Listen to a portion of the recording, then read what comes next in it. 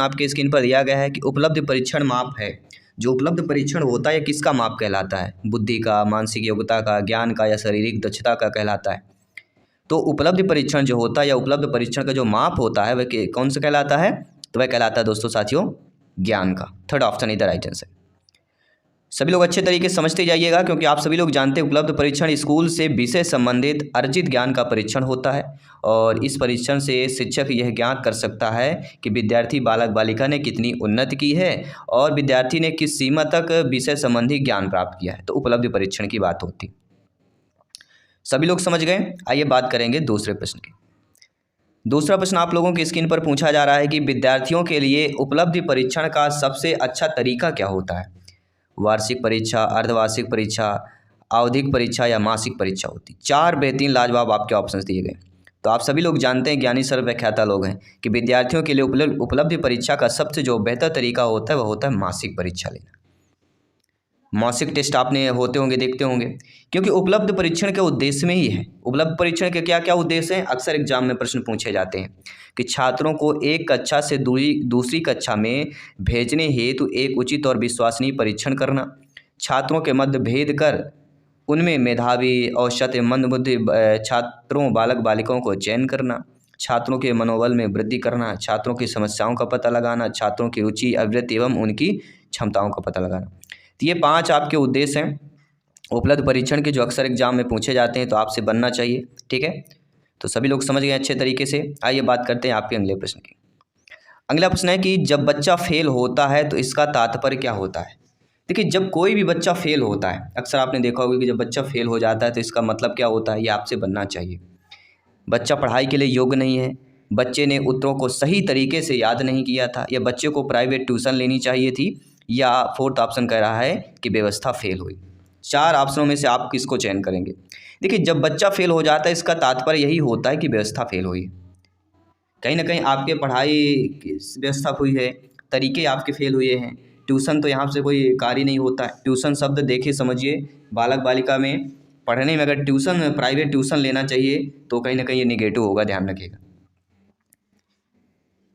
Tuition लेना मतलब अतिरिक्त खर्चा। तो ये चीज़ें थोड़ा ध्यान से समझिएगा कि पेडागोजी में क्या पॉजिटिव है क्या निगेटिव है। तो व्यवस्था फेल होना यहाँ पे कहला जाएगा। और ये पिछले एमपी टेट 2018 में आया हुआ प्रश्न था, ये भी आपको ध्यान देना है कि प्रीवियस ईयर में ये सारे पूछे गए प्रश्न भी आपके कंबाइंड किए गए हैं।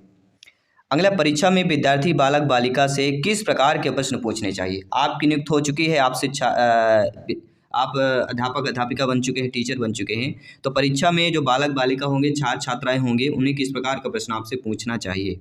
स्मृति और समझ पर आधारित, वस्तुनिष्ठ, समकक्ष, अनुप्रयोग आधारित, या केवल वस्तुनिष्ठ पूछना चाहिए? तो केवल शब्द तो निगेटिव ही माना जाता है पेडागोजी में, तो यहाँ पे हमारा हो जाएगा समक्ष एवं अनुप्रयोग आधारित जो है परीक्षा में विद्यार्थियों से संबंधित पूछा चाहिए। तो उसके समक्ष भी होना चाहिए सिलेबस के, और कुछ अनुप्रयोग भी वहाँ पे होना चाहिए। किसी भी प्रश्न पर डाउट है तो बेफिक्र आप लोग कमेंट कर सकते हैं, फीडबैक कर सकते हैं। जयसवाल सर आप सभी का अभिनंदन और स्वागत करते हैं। साथियों, अगला प्रश्न, इनमें से कौन सा वस्तुनिष्ठ प्रश्न है? तो वस्तुनिष्ठ प्रश्न हमें पहचानना है, निबंधात्मक, लघुत्तरात्मक, मुक्त उत्तर या सत्य सत्यवाद। सभी लोग बताइएगा। तो वस्तुनिष्ठ मतलब है, वस्तुनिष्ठ का मतलब यह होता है कि बिल्कुल सही, A to Z, जो चीज़ आप बोलेंगे वही उत्तर होगा। तो कहीं ना कहीं सत्य सत्य, क्योंकि सत्य होगा तो सत्य करेंगे तो पूरा 1 नंबर मिलेगा, नंबर नहीं कटने वाला, ना राइटिंग के कटेंगे ना स्किल के कटेंगे। ठीक है, तो वह कहलाता है वस्तुनिष्ठ। तो वस्तुनिष्ठ यहाँ पे सत्य सत्य हो जाएगा, जोड़ी मिलान वाला हो जाएगा, ठीक है, सही विकल्प हो जाएंगे, रिक्त स्थान हो जाएगा, ये सारे आपके, ठीक है, ये सारे आपके हो जाते हैं।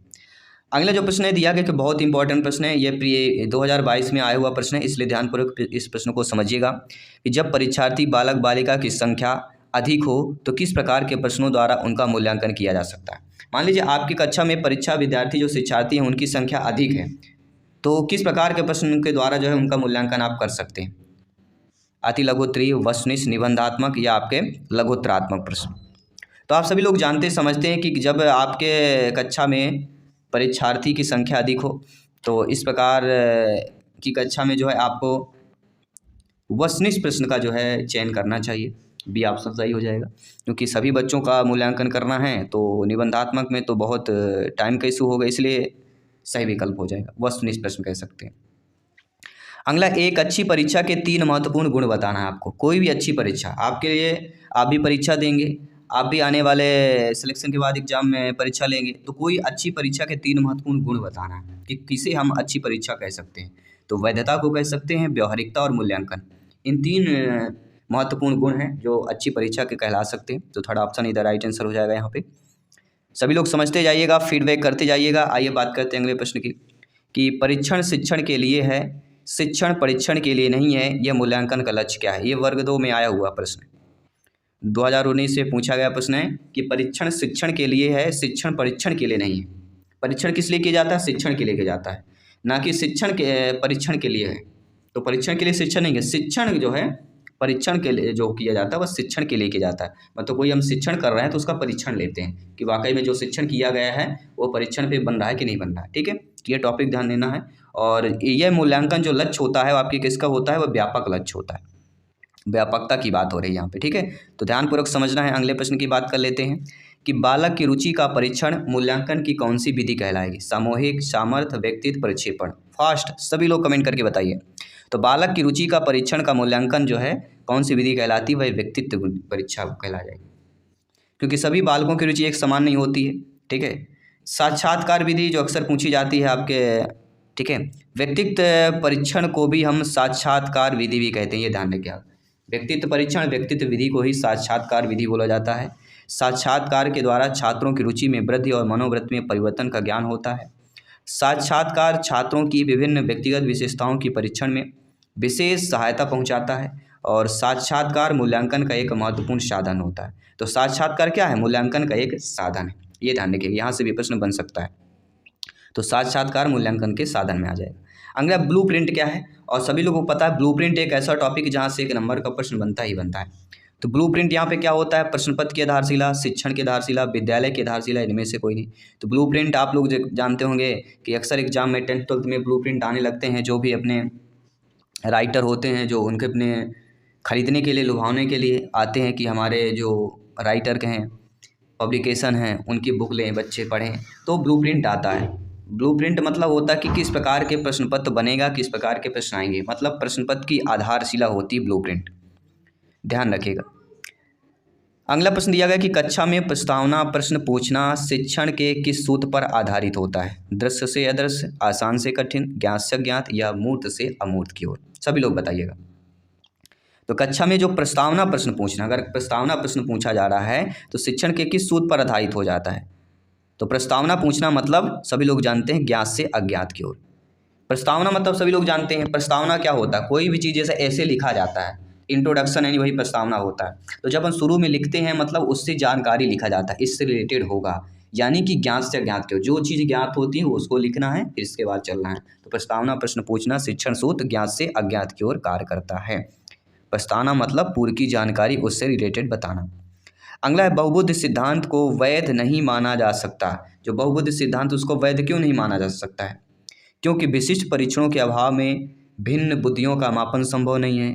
यह सभी 7 बुद्धियों को समान महत्व नहीं देता है। यह केवल आपके अब्राहम मैस्लो के जीवन भर के सुदृढ़ अनुभवात्मक अध्ययन पर आधारित है, या कह सकते हैं कि यह सर्वाधिक महत्वपूर्ण समान बुद्धि जी के अनुकूल सुसंगत नहीं है। तो आप सभी लोग जानते हैं बहुबुद्ध जो सिद्धांत है, अक्सर बहुबुद्ध से प्रश्न आना ही आना है 2 नंबर का, ये भी ध्यान रखिएगा। बहुबुद्ध का टॉपिक इंपॉर्टेंट है, तो बुद्ध के टॉपिक से भी हम अगला वीडियो लेके आएंगे टॉप क्वेश्चनों को लेके। तो वो बहुबुद्ध सिद्धांत को वैध नहीं माना जा सकता, इसलिए माना नहीं जा सकता क्योंकि विशिष्ट परीक्षणों के अभाव में भिन्न बुद्धियों का मापन संभव नहीं है। फर्स्ट ऑप्शन इधर राइट आंसर हो जाएगा। सभी लोग समझ गए? बहुत बहुत धन्यवाद सभी का। आइए बात कर लेते हैं अगले प्रश्न कि मौखिक मूल्यांकन द्वारा किस उद्देश्य की जांच करना संभव नहीं है।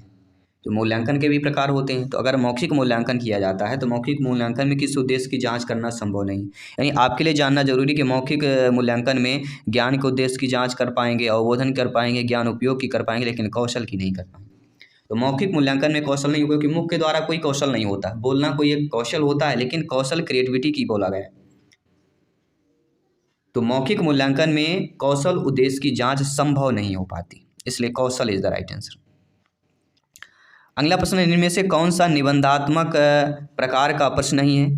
तो व्याख्यात्मक, विवेचनात्मक, आलोचनात्मक, ये तीनों निबंधात्मक प्रश्न कहलाएंगे। लेकिन सरल प्रत्यय स्मरण करना, तो प्रत्यय स्मरण करना मतलब पुनः स्मरण की बात हो रही है, वो भी सरल कर रहे हैं, तो ये आपका निबंधात्मक प्रश्न नहीं होगा। तो अकॉर्डिंग टू क्वेश्चन यहाँ पे आप लोगों का फोर्थ ऑप्शन सही हो जाएगा।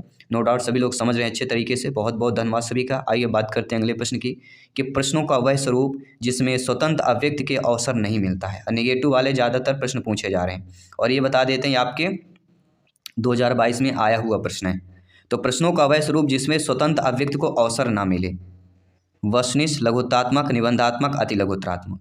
तो आप सभी लोग समझेंगे तो कहीं ना कहीं ये हमारे अलग प्रश्न है और वस्तुनिष्ठ अलग दिया गया है, लेकिन प्रश्नों को वैसे इसमें स्वतंत्र अव्यक्त को अवसर नहीं मिलता है।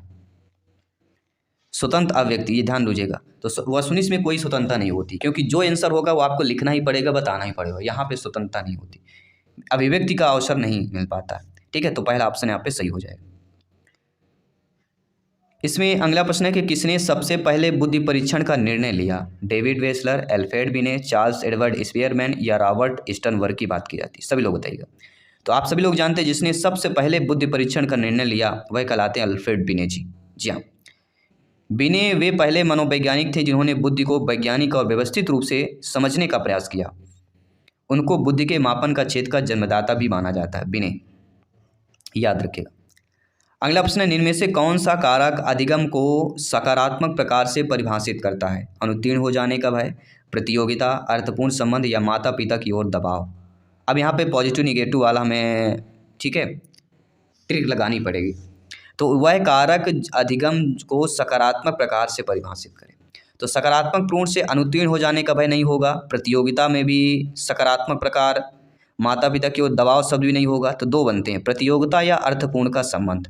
दो आपके ऑप्शंस निकल के आ रहे हैं जो होना चाहिए।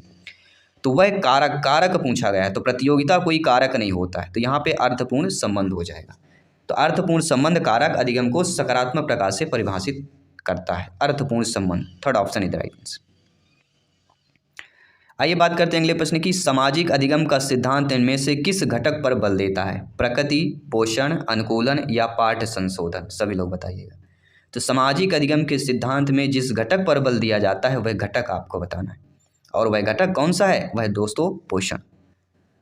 जी हाँ, सामाजिक अधिगम के सिद्धांत में पोषण घटक पर बल दिया जाता है।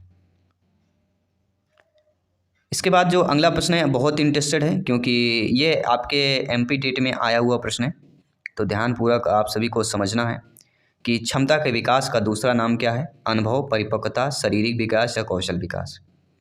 तो क्षमता के विकास का दूसरा नाम, तो क्षमता के विकास का दूसरा नाम ही होता है कौशल का विकास। भाई हमारी क्षमता का विकास हो रहा है, यानी हमारे अंदर जो कौशल हो रहे हैं उनका विकास हो रहा है।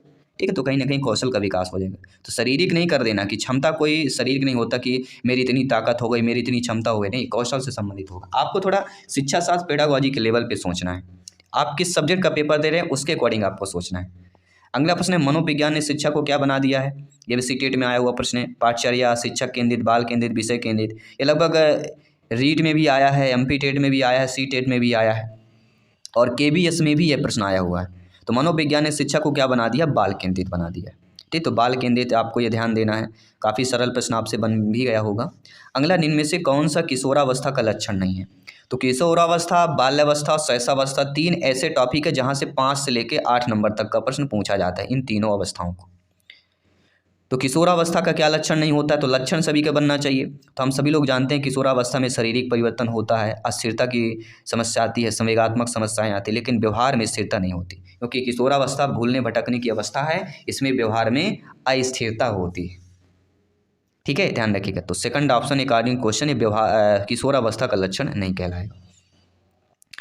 अगला प्रश्न और भी प्यारा सा प्रश्न है, इस संभावित प्रश्न है, 1 नंबर पक्का करने वाला प्रश्न है कि इनमें से कौन सा शिक्षा मनोविज्ञान के अध्ययन की वस्तुनिष्ठ विधि नहीं है। तो हम सभी लोग जानते हैं प्रयोगात्मक विधि, उपचारात्मक, आत्मनिरीक्षण और निरीक्षण विधि, इन चारों में से वस्तुनिष्ठ विधि कौन नहीं है। तो हमें जानना जरूरी कि वस्तुनिष्ठ विधियाँ होती कौन कौन है। तो वस्तुनिष्ठ विधियाँ प्रयोगात्मक होगी, उपचारात्मक होगी और निरीक्षण हो जाएगी। ठीक है, तो आत्मनिरीक्षण विधि जो होती है वह आपके यहाँ पे मनोविज्ञान के अध्ययन में वस्तुनिष्ठ विधि नहीं होती। आइए बात करते हैं अगले प्रश्न की। अगला प्रश्न है कि संवेद जो समानतः सुख देता है, जो संवेद होता है वह समानतः क्या सुख देता है। करुणा, एकाकीपन, भूख या आत्म अभिमान। तो संवेग जो होता है वह समानतः कहाँ पे सुख देता है, आत्माभिमान, आत्माभिमान। डी ऑप्शन इधर, फोर्थ ऑप्शन इधर राइट आंसर हो जाए। अगला प्रश्न, इनमें से कौन सा अमूर्त स्थायी भाव है। अमूर्त का स्थायी भाव आदर, निवास स्थान, पशु या क्रोध हो जाएगा।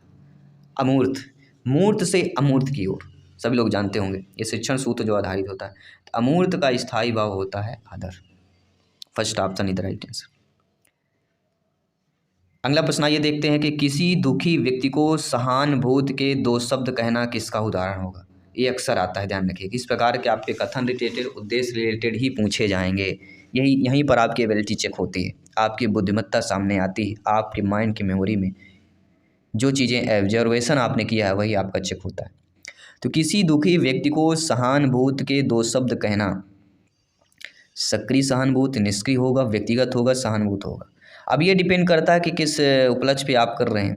अगर दुखी व्यक्ति को सहानुभूति अगर शब्द कह रहे हैं तो वह निष्क्रिय सहानुभूति कहलाती है, याद रखिए। बहुत से लोग सक्रिय कर लेते हैं, क्योंकि दुखी व्यक्ति को अगर सहानुभूति दे रहे हैं, अगर यहीं पे सुखी व्यक्ति को सहानुभूति देते तो वो फिर आपका सक्रिय हो जाता। किसको आप सहानुभूति दे रहे हैं ये डिपेंड करता है पेडागॉजी। अगला प्रश्न है कि निम्न में से कौन सी किशोरावस्था की विशेषता नहीं है। किशोरावस्था की एक विशेषता और भी आ चुकी है। तो हम सभी लोग जानते हैं किशोरावस्था में शारीरिक विकास होता है, मानसिक विकास होता है, समूह का महत्व होता है, लेकिन तीव्र संयोजन नहीं होता, क्योंकि भूलने भटकने की अवस्था में संयोजन तीव्र नहीं कर पाता। इसलिए according to question fourth option सही। लगभग आधे क्वेश्चन हम कर चुके हैं, आधे क्वेश्चन और करेंगे और इस इम्पॉर्टेंट सेशन को कंप्लीट करेंगे। अगला सीखना विकास की प्रक्रिया है, यह किसने कहा है। तो स्टेटमेंट सभी लोगों को पता है कि स्टेटमेंट या कथन जो होते हैं, ठीक है, वह आपके एग्जाम में पूछे ही जाते हैं, तो ध्यानपूर्वक सभी को समझना है। तो सीखना विकास की प्रक्रिया है, यह किसने कहा है। तो सीखना विकास की प्रक्रिया है, यह आपके वुडवर्थ महोदय जी ने कहा है, ठीक है। आइए बात करते हैं अगले प्रश्न की कि इनमें से कौन सा अधिगम का एक मुख्य थार्डाइक का नियम है। तो थार्डाइक के नियम से एक प्रश्न आना ही है। तो थार्डाइक का नियम हमने पढ़ा है, अभ्यास का नियम, प्रभाव का नियम, तत्परता का नियम पढ़ा है। सेकंड ऑप्शन सही हो जाएगा। फिर अगला प्रश्न है कि अनुदेशन प्रणाली का उपागम क्या होता है। तो अनुदेशन प्रणाली का उपागम मतलब किस पर होता है, समस्या पर केंद्रित होता है। इसके बाद अगला प्रश्न है कि समूह विधियों द्वारा सीखने का उदाहरण क्या होता है। तो समूह विधियों द्वारा वाद विवाद विधि होती, कार्यशाला भी होती, विचार गोष्ठी भी होती, क्योंकि ये चीज़ें समूह में ही की जाती, किसी अकेले आप नहीं कर सकते हैं। तो ये सभी वाला ऑप्शन सही हो जाएगा, यानी ये सभी विधियाँ जो हैं समूह विधियों द्वारा सीखने के एग्जाम्पल्स हैं। अगला, अधिगम को प्रभावित करने वाले पर्यावरणीय कारकों में से कौन सा कारक होगा। तो अधिगम को प्रभावित करने वाले पर्यावरणीय कारक मतलब हमारे आसपास, मतलब सामाजिक परिवेश। तो परिवेश यहाँ पे पर्यावरण से रिलेटेड हो जाता है, परिवेश मतलब आसपास ही हो जाता है। तो ये चीज़ें भी हमें थोड़ा ट्रिक समझना है, शब्दों को समझना है, तभी एग्जाम फतेह कर पाएंगे। कई चीज़ें होती हैं, कितना आप रट लें, कितना पढ़ लें, जब आप तक ट्रिकी ये चीज़ें आप नहीं समझेंगे तो एग्जाम में कहीं ना कहीं आपको दिक्कत आती है। अगला, निम्न में से कौन सा मानसिक रूप से स्वस्थ व्यक्ति का लक्षण है। सहनशीलता, आत्मविश्वास, संवेगात्मक परिपक्वता, ये सभी हो जाएगा। तो मानसिक रूप से स्वस्थ व्यक्ति का लक्षण पूछा जा रहा है। जो बच्चा, बालक बालिका मानसिक रूप से हो, वह सहनशीलता भी होगा, उसमें आत्मविश्वास भी होगी और संवेगात्मक परिपक्वता भी होगी, अर्थात ये सभी। फोर्थ ऑप्शन यहाँ पे सही हो जाएगा। तो सभी को कमेंट करना है, सभी मेरे प्यारे प्यारे भाइयों के, प्यारी प्यारी बहनें, गृहिणी, ब्रदर, सिस्टर एंड टीचर, सभी कमेंट कीजिएगा जिनका सपना है एग्जाम को फतेह करना। प्रश्न है, कक्षा में परस्पर संवाद से क्या उभर कर आना चाहिए। तो जो परस्पर संवाद होता है तो कहीं ना कहीं उसमें संवाद में जो विचार होते हैं वो उभर कर आते हैं, तो विचार वाला ऑप्शन यहाँ पे सही हो जाएगा। इसके बाद है कि किसी कार्य को करने की विशिष्ट योग्यता को क्या कहते हैं। जब कोई कार्य किया जाता है उसकी जो विशिष्ट योग्यता होती है उसको क्या कहते हैं। अभिरुचि, प्रत्यक्षीकरण, अभियोग्यता या अभिवृत्ति कहा जाता है, क्या कहा जाता है। तो किसी कार्य को करने की विशिष्ट योग्यता को ही अभियोग्यता कहते हैं। अगला, कंप्यूटर की विशिष्ट विशेषता क्या होती है। और मैंने देखा प्रीवियस ईयर में एक क्वेश्चन कंप्यूटर रिलेटेड जरूर पूछा गया, हर पेपर में आया। तो कंप्यूटर की विशिष्ट विशेषता क्या होती है, गति भी होती है, संभरण भी होती है, परिशुद्धता भी होती है, अर्थात ये सभी हो जाएंगे। तो बिल्कुल घबराना नहीं है, इस बार 101% एग्जाम फतेह होगा, ध्यानपूर्वक समझना है। और जिनको हमारी टॉपर नोट्स चाहिए, टॉपर नोट्स प्राप्त करने के लिए आपको व्हाट्सएप मैसेज करना है 9630689598। इसमें व्हाट्सएप करेंगे तो टॉपर नोट्स किस प्रकार के कैसे प्राप्त होगी पूरा डिटेल आपको मिल जाएगा। तो प्रशिक्षण एवं अभ्यास जो संबंधित होते हैं वह किससे होते हैं। प्रशिक्षण और अभ्यास मतलब किससे हो जाते हैं, व्यवहारवाद से। अगला प्रश्न है साथियों कि मस्तिष्क अधोमुखी सिद्धांत के अनुसार विकास होता है दाएं से बाएं, पैर से सिर, बाएं से दाएं, सिर से पैर। तो अक्सर ये पूछे जाने वाला है और सभी लोग जानते हैं मस्तिष्क अधोमुखी सिद्धांत के अनुसार किसी भी बच्चे का विकास सिर से पैर की तरफ ही होता है। ठीक है, तो अब तो लगभग सभी लोग जानते हैं। पहले जो लेवल था स्टडी का बहुत ही कम था, क्योंकि पहले यूट्यूब में इतनी क्लासेस नहीं होती थी। ठीक है, बुक से केवल सभी लोग पढ़ते थे और जो ट्यूशन कोचिंग होती तो बहुत ही हाई लेवल की होती, यानी कि उनका फ़ीस बहुत ज़्यादा होता था। तो कहीं ना कहीं स्टडी का लेवल बहुत ही हाई हुआ है और सभी तक जो है पहुंच रहा है।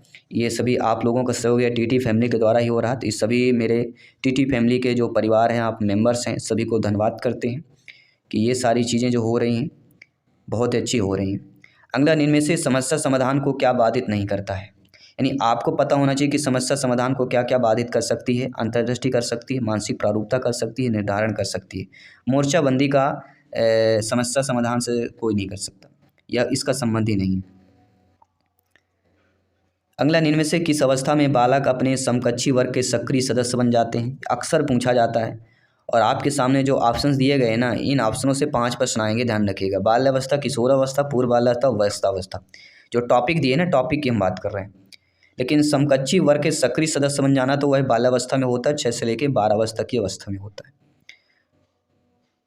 पहले अवस्थाएं पूछी जाती थी। जी हाँ, पहले इतना लेवल पहले था 2014 के पहले अवस्थाएं पूछी जाती, अवस्थाओं के एज। लेकिन अब बहुत ही लेवल हाई हो गया, क्योंकि सभी लोग जानते हैं, इतना पढ़ चुके हैं, हम देख चुके हैं। ठीक है, अगला, इनमें से कोहल वर्ग के नैतिक विकास के सिद्धांत की अवस्था नहीं है।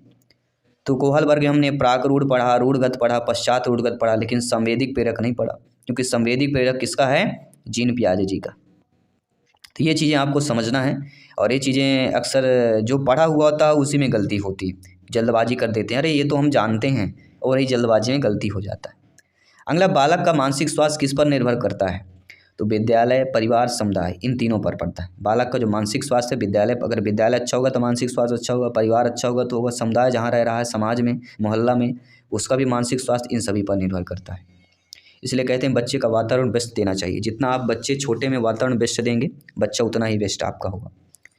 इनमें से कौन सा तत्व संप्रेषण का तत्व नहीं कहलाता? तो आप सभी लोग जानते समझते हैं, संप्रेषण का माध्यम, संप्रेषण की श्रृंखला और संप्रेषण का उद्देश्य, ये तीनों तत्व जो हैं संप्रेषण के तत्व हैं। लेकिन संप्रेषण का नियोजन करना, तो नियोजन कोई तत्व नहीं होता है। ठीक है, ये सभी लोग समझना है। अगला प्रश्न है कि किस अवस्था में बालक में परामर्श शिक्षण अत्यंत सक्रिय होता है? ये आपके प्रीवियस ईयर 2022 में आया हुआ प्रश्न है। तो जिस अवस्था में बालक में परामर्श शिक्षण अत्यंत सक्रिय हो, बाल्यावस्था, किशोरावस्था, उत्तर बाल्यावस्था या पूर्व बाल्यावस्था। अब आपके प्रश्न पर ही उत्तर दिया गया है। कैसे उत्तर दिया गया है? बालक में परामर्श शिक्षण अत्यंत सक्रिय हो। तो बालक कहीं ना कहीं परामर्श कब समझता है? तो वह आपके किशोरावस्था में ही समझेगा, 12 से लेकर 18 अवस्था की अवस्था में, क्योंकि यही अवस्था जहाँ पे परामर्श की आवश्यकता होती है। ठीक है, अगला प्रश्न लिखिएगा। अगला, कि अभिक्रमित अधिगम मॉडल के जनक कौन है? तो सभी लोग जानते हैं अभिक्रमित अधिगम के मॉडल के जनक आशुबेल, जीन पियाजे जी, प्रोफेसर हल या स्किनर कौन हो जाएंगे? सभी बताइएगा। तो अभिक्रमित अधिगम मॉडल के जनक और कोई नहीं, आपके स्किनर मनोवैज्ञानिक है, याद रखिएगा। जी हाँ, अभिक्रमित अन्वेषण के जनक अमेरिका के मनोवैज्ञानिक BF स्किनर है। स्किनर ने सीखने की प्रक्रिया का सूक्ष्मता से अध्ययन किया और प्रयोगों द्वारा वह इस निष्कर्ष पर पहुँचे कि प्रयत्न तथा सफलता प्राप्त करने से सीखने वाले को प्रोत्साहन मिलता है और वह सीखने में बराबर रुचि लेता है। तो प्रयत्न और सफलता प्राप्त करने में, ये ध्यान रखिएगा। तो अभिक्रमित अन्वेषण मतलब BF स्किनर, याद रखिएगा। अगला प्रश्न है कि इनमें से कौन से शिक्षण सिद्धांत की एक विशेषता नहीं है? और नहीं वाले ज़्यादा आते हैं, इसलिए हम कंबाइंड किए हैं। देखिए, कौन से शिक्षण सिद्धांत की विशेषता नहीं, यानी शिक्षण सिद्धांत की विशेषता क्या होती है? सीखने की उत्सुकता होनी चाहिए, ज्ञान में संरचना होनी चाहिए, पुष्टिकरण होना चाहिए, क्रमशीलता का भाव, यह शिक्षण सिद्धांत की विशेषता नहीं। अगला है कि पियाजे जी के अनुसार किशोरावस्था में संज्ञानात्मक विकास की कौन सी अवस्था प्रारंभ होगी? अब किशोरावस्था में संज्ञानात्मक विकास की अवस्था पूछी गई। किशोरावस्था मतलब सभी लोग जानते हैं 12 से लेकर 18 अवस्था की अवस्था, और 12 से लेकर 18 अवस्था की अवस्था में जीन पियाजे जी की हमारी जो चतुर्थ फोर्थ अवस्था वह आ जाती है अमूर्त या औपचारिक कार्यात्मक अवस्था, 11 से 15 अवस्था की अवस्था जो कहलाती है। सेकंड ऑप्शन सही हो जाए। अगला, किशोरावस्था वह अवस्था है जिसमें बालक परिपक्वता की ओर अग्रसर होता है। यह कथन स्टेटमेंट किसका है? तो स्टेटमेंट कथन 2-3 प्रश्न आएंगे ही आएंगे, सभी लोग जानते हैं। तो किशोरावस्था वह अवस्था है जिसमें बालक परिपक्वता की ओर अग्रसर कर। कमेंट करके बताना है, फीडबैक करके बताना है, ये बहुत ही इंपॉर्टेंट है और ये संभावित प्रश्न है। तो सभी को कमेंट करके फीडबैक करके बताना है कि कौन सा आंसर होगा इसमें। आई बात करते हैं अगले प्रश्न की। संवेगात्मक बुद्धि को लोकप्रिय बनाने का श्रेय किसको जाता है? Daniel Goleman, John D mayor, Peter या सिलावे को जाता है? तो संवेगात्मक विधि का लोकप्रिय बनाने का श्रेय किसको जाता है? Daniel Goleman. जी हाँ दोस्तों, अमेरिकी मनोवैज्ञानिक डेनियल गोलमैन को जाता है। संवेगात्मक बुद्धि सिद्धांत का प्रतिपादन भी आपके गोलमैन ने ही किया है। अगला, किशोरावस्था के आकस्मिक विकास का सिद्धांत कब और किसने दिया? देखिए, आकस्मिक सिद्धांत याद रखिएगा, और किशोरावस्था के, तो किशोरावस्था में आकस्मिक विकास का सिद्धांत आपको 1904 में स्टैनली हॉल ने दिया। तो आकस्मिक विकास का सिद्धांत किसने दिया? स्टैनली हॉल ने दिया। कब दिया? 1904 में दिया। किसका? किशोरावस्था के। Third option is right answer. और इस सेशन का अंतिम प्रश्न है कि सामाजिक एवं संवेगात्मक विकास का साथ साथ चलते हैं, यह कथन है हॉल का, स्किनर का, क्रोएमक्रो का या स्ट्रैंग का कथन हो जाएगा? सभी लोग बताइए। तो सामाजिक और संवेगात्मक विकास साथ साथ चलते हैं, यह कथन किसका हो जाएगा? तो सा से सामाजिक, सा से संवेगिक, मतलब सा की पुनरावृत्ति हो रही है, तो यहाँ पर भी क्रो और क्रो का की पुनरावृत्ति होगी, अर्थात थर्ड ऑप्शन। यानी सामाजिक और संवेगात्मक विकास का साथ साथ चलते हैं, कथन क्रोयम क्रो का हो जाएगा। तो आई होप सभी लोग समझ गए होंगे। टॉप 50 क्वेश्चन हमने किया है बाल विकास का, जो प्रीवियस ईयर में आए हुए प्रश्न का कंबाइंड था। आई होप 5 से 8 नंबर अवश्य आप लोगों की स्क्रीन पर है, पूछा जा रहा है। बहुत अच्छा प्रश्न पूछा गया है कि बालक का विकास परिणाम होता है वंशानुक्रम का, वातावरण का, वंशानुक्रम वातावरण की अंतः प्रक्रिया का या आर्थिक कारकों का। ये भी आपके एग्जाम में प्रश्न आया हुआ प्रश्न है। तो बालक का विकास जो परिणाम कहलाता है किसका होता है? ये आपके वंशानुक्रम और वातावरण की अंतः क्रिया का हो जाता है, अर्थात दोनों का हो जाता है। तो सी ऑप्शन जो दिया गया है वह आप लोगों का यहाँ पे सही हो जाएगा। सभी लोग समझ रहे अच्छे तरीके से। बढ़ते हैं अगले प्रश्न की तरफ। अगला प्रश्न भी बहुत ही प्यारा सा प्रश्न दिया गया है और बहुत ही प्यारा सा प्रश्न पूछा गया है। प्रश्न पूछा गया है कि विकास कभी ना समाप्त होने वाली प्रक्रिया है, यह विचार किससे संबंधित होता है? एकीकरण, अंतःक्रिया का सिद्धांत, अंतः संबंध का सिद्धांत, निरंतरता का सिद्धांत। ये भी आपके एग्जाम में प्रश्न आया हुआ प्रश्न है। तो कभी ना समाप्त होने वाली प्रक्रिया है, यह विचार किससे संबंधित होता है? यह विचार आपके निरंतरता के सिद्धांत से संबंधित हो जाता है। सभी ब्रदर, सिस्टर एंड टीचर्स सभी कमेंट कीजिएगा जिनका सपना है अध्यापक अध्यापिका बनना, शिक्षक बनना। जायसवाल सर, आप सभी का अभिनंदन और स्वागत करते हैं। साथियों, अगला प्रश्न पूछा जा रहा है कि व्यक्तिगत शिक्षार्थी एक दूसरे से किस में भिन्न होते हैं? वृद्धि एवं विकास के सिद्धांतों में, विकास की दरों में, विकास के क्रम में या विकास के समान क्षमता में भिन्न होते हैं। तो किस में भिन्न होते हैं? जब आपकी नियुक्ति होगी, आप लोग अध्यापक अध्यापिका बनेंगे, शिक्षक बनेंगे, पढ़ाने जाएंगे, तो आपके जो व्यक्तिगत शिक्षार्थी, आप सोचिए, जो व्यक्तिगत शिक्षार्थी होते हुए एक दूसरे में किस में भिन्न होते हैं? वह विकास की दरों में होते हैं। ना ही वृद्धि एवं विकास के सिद्धांतों में, न विकास के क्रम में, विकास के समान क्षमता में। क्या है? विकास के दरों में होती। दर क्या है? अलग अलग होती, इसीलिए व्यक्तिगत विभिन्नताएं बोला जाता है, क्योंकि दर क्या है? अलग अलग होती। अगला प्रश्न है, लॉरेंस कोहलबर्ग के विकास के क्षेत्र में शोध के लिए जाने जाते हैं। तो किस शोध के लिए जाने जाते हैं? संज्ञानात्मक, शारीरिक, गामक या नैतिक? सभी कमेंट कीजिएगा जिनका सपना है अध्यापक अध्यापिका बनना। तो लॉरेंस कोहलबर्ग के विकास के क्षेत्र में शोध के लिए जो जाना जाता है वो क्या जाना जाता है? सभी लोग जानते हैं, नैतिक। जब भी लॉरेंस कोहलबर्ग की बात आती है, नैतिकता का जिक्र होता है। नैतिक शब्द देखिए, लॉरेंस कोहलबर्ग करिए। लॉरेंस कोहलबर्ग वैज्ञानिक नाम आता है, तो नैतिक है। किसमें नैतिकता शब्द का यूज किया गया है? नैतिक शब्द का यूज किया गया है। नैतिक का पाठ पढ़ाया गया है, नैतिकता की बात की गई है। अगला, मैकडूगल के अनुसार मूल प्रवृत्ति जिज्ञासा का संबंध किस संवेग से होता है? भय, घृणा, आश्चर्य, मोह। तो सभी लोग जानते हैं, क्या जानते हैं? मैकडूगल के अनुसार मूल प्रवृत्ति जिज्ञासा का संबंध संवेग कौन सा होगा? देखिए, मैकडूगल की 14 मूल प्रवृत्तियां हैं, आप सभी लोग जानते हैं, और इनकी विशिष्ट भावना जुड़ी होती है। जिज्ञासा भी एक मूल प्रवृत्ति है और ज्ञान प्राप्त करने की इच्छा से संबंधित है। तो मैकडूगल ने मानव व्यवहार को समझाने के लिए प्रवृत्ति और भावना के बीच जो अंतर होता है, संबंध होता है, उस पर जोर दिया है। जिज्ञासा ज्ञान प्राप्त करने की इच्छा से जुड़ी हुई होती है, इसलिए अगर इसमें देखा जाए जिज्ञासा का संबंध आपका आश्चर्य से होगा, ना कि भय से होता है, ना ही घृणा से, ना ही भूख से होता है। और मैकडूगल से एक दो प्रश्न या मैकडूगल से प्रश्न पूछा ही जाता है। एक अध्यापक की दृष्टि से कौन सा कथन सर्वोत्तम होगा? प्रत्येक बच्चा सीख सकता है, कुछ बच्चे सीख सकते हैं, अधिकतर बच्चे सीख सकते हैं, बहुत कम बच्चे सीख सकते हैं। देखिए, अध्यापक की दृष्टि से पूछा जाए, अगर सर्वोत्तम पूछा जाए, अध्यापक की दृष्टि से कोई भी चीज़ होगी, सभी बच्चे एक समान है, ये समझ लीजिएगा। आपके लिए कोई भी बच्चा विशेष नहीं होता, सभी बच्चे एक समान है। तो एक अध्यापक की दृष्टि, यानी आपकी दृष्टि प्रत्येक बच्चा, आपकी दृष्टि क्या है? आपको क्या बोलना है कि प्रत्येक बच्चा सीख सकता है। जी हाँ, क्या आपको बोलना है कि प्रत्येक बच्चा सीख सकता है। अगला है मनुष्य जीवन का आरंभ मूलतः घटित होता है कितने कोषों में। जी हाँ साथियों, सभी लोग बताइएगा। मनुष्य जीवन का आरंभ मूलतः घटित होता है 2 कोष, केवल 1 कोष, कई कोषों में, या कोई भी कोषों में नहीं होता है। आप सभी लोग जानते हैं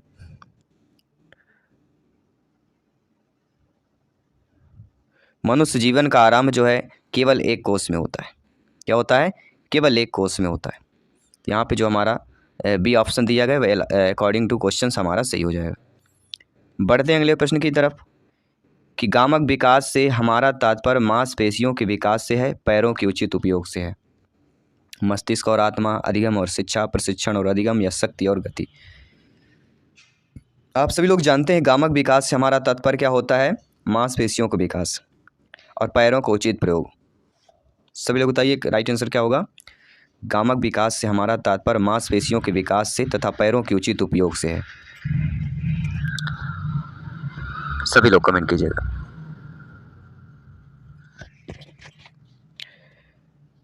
देखिए कहीं ना कहीं गामक विकास की जब भी बात की जाती है, मांसपेशियों की विकास, मांसपेशियों में सबसे बड़ी हाथ, पैर, पीठ, पेट इनमें होती हैं। छोटी मांसपेशियां उंगलियां और कलाई में होती है। और 2 प्रकार के गामक कौशल होते हैं, एक स्थूल गामक कौशल, दूसरा सूक्ष्म होता है। स्थूल में बड़ी मांसपेशियां होती हैं जैसे दौड़ना, चलना, कूदना, और सूक्ष्म में जैसे लिखना, छोटी वस्तुओं को पकड़ना, ये छोटी होती। तो यहाँ पे राइट आंसर शक्ति और क्या हो जाएगा? गति। डी ऑप्शन इधर राइट आंसर क्या हो जाएगा? शक्ति और गति। सभी लोग समझ गए होंगे।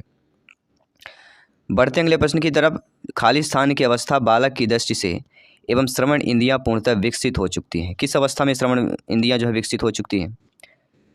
किस अवस्था में बालक की दृष्टि, श्रवण इंद्रियां पूर्ण विकसित हो चुकी होती हैं?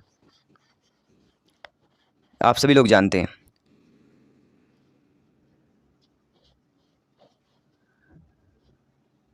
देखिए बच्चे की दृष्टि जो श्रवण इंद्रियां पूरी तरह से विकसित 3 से 4 साल में हो जाती। श्रवण इंद्रियां जो होती है वह 3 से 4 में विकसित हो जाती हैं।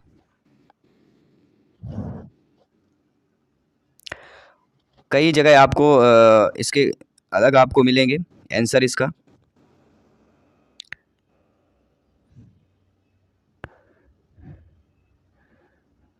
लेकिन अगर यहाँ पे हम देखें अकॉर्डिंग टू क्वेश्चंस, ये आपके सीटेट में भी आया हुआ प्रश्न है और आपके एग्जाम में भी आया हुआ प्रश्न है। तो इन प्रश्नों पर काफ़ी डाउट होता है। तो डाउट को क्लियर करने के लिए हमें बताना होता है। तो 3 से 4 वर्ष इधर राइट आंसर हो जाएगा। ठीक है, किसी भी प्रश्न पर डाउट है बेफिक्र आप लोग कमेंट कर सकते हैं, फीडबैक कर सकते हैं। बढ़ते हैं अगले प्रश्न की तरफ। इस अवस्था में बालकों में नई खोज करने की और घूमने की प्रवृत्ति बहुत अधिक बढ़ जाती है। किस अवस्था में बालकों में नई खोज करना? अब देखिए एक चीज़ यहाँ पे ध्यान देना, नई खोज की बात की जा रही है और घूमने की।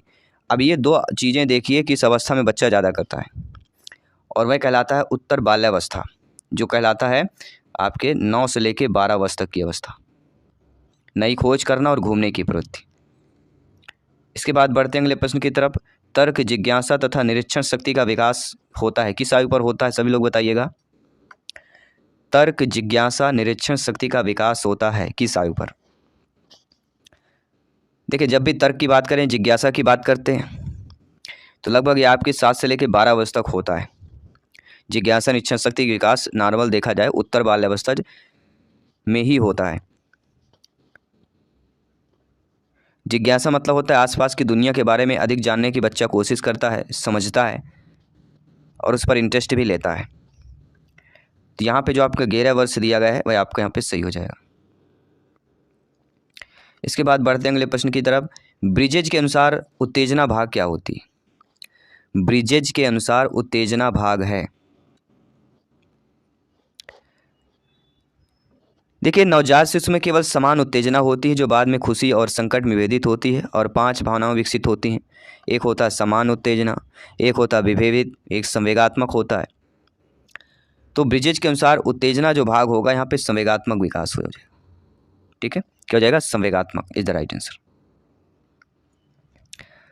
अगला जो प्रश्न है, बुद्धि परीक्षण निर्माण के जन्मदाता कौन है? ये सभी लोग जानते होंगे, बुद्धि परीक्षण निर्माण के जन्मदाता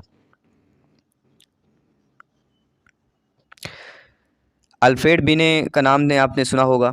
ये सबसे पहले बुद्धि परीक्षण अल्फ्रेड बिने और साइमन दोनों ने मिलकर 1905 में किया था। कब किया था? 1905 में दोनों ने मिलकर किया था, अल्फ्रेड बिने तथा साइमन। तो यहाँ पे अल्फ्रेड बिने ही बस दिया गया है, तो डी ऑप्शन को आपको चयन कर लेना है। बिना पूछे आंख बंद करके A to Z माइंड की मेमोरी में एक एक क्वेश्चन का प्रतिबिंब सेव करते जाना है। अगला प्रश्न है, प्रतिबिंब अवधारणा क्या क्या दिया गया है आपका? प्रतिबिंब अवधारणा, प्रतीक एवं संकेत, भाषा, शारीरिक क्रिया, मानसिक क्रिया, ये अंतर्निहित होते हैं। किसमें अंतर्निहित है? तो ये हमारी कौन सी कहलाती है? विचारात्मक प्रक्रिया कहलाती है। क्या हो जाएगी? विचारात्मक प्रक्रिया इज द राइट आंसर हो जाएगा। ठीक है, सभी लोग अच्छे तरीके से समझ पा रहे हैं। आइए बढ़ते हैं अगले प्रश्न की तरफ। छोटा शिशु खिलौने तथा अन्य वस्तुओं को फेंक कर उसके भागों को अलग करके किस भाव को दर्शाता है? पर निर्भरता, स्वप्रेम की भावना, जिज्ञासा प्रवृत्ति या दोहराने की प्रवृत्ति। देखिए, जब भी छोटा बच्चा खिलौने या अन्य वस्तुओं को फेंक कर उसके भागों को अलग करके जो दर्शा रहा है, कहीं ना कहीं उस बच्चे में जिज्ञासा होती है कि आखिर इस खिलौने में किस किस से जुड़ा हुआ है, कैसे जुड़ा हुआ है, कैसे बनता है। तो बच्चे उसको देखता है, तो बच्चा क्या उसमें इंटरेस्ट लेता है, अर्थात बच्चे में जिज्ञासा होती है जानने की। और बच्चे हमें क्रिएटिव माइंड भी होते हैं, कुछ नए चीज़ें सीखते रहते हैं, सोचते भी हैं। अगला, शरीर के आकार में वृद्धि होती है क्यों? अब ये भी बड़ा प्रश्न है तो प्रश्न छोटा लेकिन सवाल बड़ा बन जाता है कि शरीर के आकार में वृद्धि क्यों होती है? तो हमारी शारीरिक और गत्यात्मक विकास के कारण, क्योंकि शारीरिक और गत्यात्मक विकास होता है इसलिए शरीर के आकार में वृद्धि होती है। सिंपल सा प्रश्न था और सिंपल तरीके से आपने समझ में लिया। अगला प्रश्न, निम्नलिखित में से कौन सी समस्या समाधान की वैज्ञानिक पद्धति का पहला चरण है? ध्यानपूर्वक समझिएगा, निम्नलिखित में से कौन समस्या समाधान की वैज्ञानिक पद्धति का पहला चरण है? देखिए, समस्या की पहचान और उसको परिभाषित करना, यानी हमारा समस्या के प्रति, तो समस्या के प्रति जागरूकता, ये क्या होता है? समस्या समाधान की वैज्ञानिक पद्धति का पहला चरण होता है वो उस पर जागरूक होना। सभी लोग समझ रहे हैं? बहुत बहुत धन्यवाद सभी का, सभी ब्रदर्स, सिस्टर एंड टीचर्स का। जायसवाल सर आप सभी का अभिनंदन और स्वागत कर रहे हैं। साथियों, वृद्धि का विकास किससे संबंधित होता है? तो वृद्धि का विकास जो संबंधित होता है वह आपके आकार और भार से होता है। केवल शब्द तो सभी लोग जानते हैं, पेडागोजी में नेगेटिव माना जाता, तो ये हो ही नहीं सकता है। ठीक है ना? बढ़ते हैं अगले प्रश्न की तरफ। किशोरावस्था की अवधि बताइए। तो नॉर्मल सी बात है, किशोरावस्था 12 से 18 वर्ष होता है, लेकिन कहीं कहीं अगर आपको 12 से 19 दे दिया जाए तो 12 से 19 ही करना है। ठीक है, कन्फ्यूजन नहीं होना है। ठीक, बढ़ते हैं अगले प्रश्न की तरफ। निम्नलिखित में से वंशक्रम संबंधी नियम क्या क्या होते हैं? देखिए, वंशक्रम संबंधी जो नियम होते हैं उसी को ही हम समानता का नियम कहते हैं। क्या कहते हैं? निम्नलिखित में से वंशक्रम संबंधी नियम है।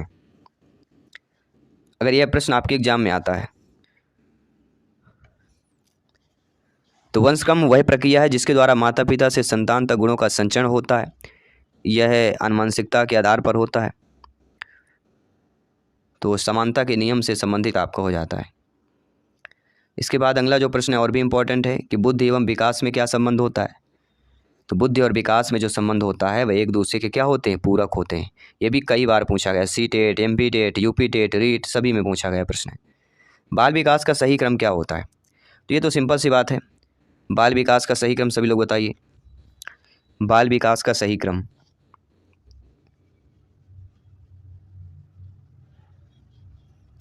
देखिए बाल विकास से पहले आता है शैशवावस्था, शैशवावस्था, बाल्यावस्था, किशोरावस्था आता है, सबसे बढ़िया क्रम है।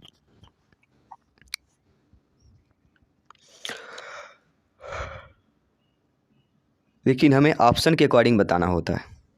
किसके अकॉर्डिंग? ऑप्शन के अकॉर्डिंग।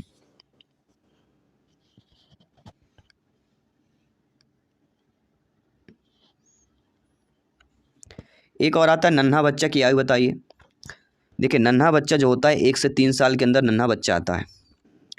प्री स्कूली बच्चा जो आता है 4 से 6 साल की उम्र में प्री स्कूली बच्चे को बोला जाता है। स्कूली बच्चा 6 से 13 को प्री स्कूली बोला जाएगा, 4 से 6 और 6 से 13 स्कूली बच्चा बोला जाएगा।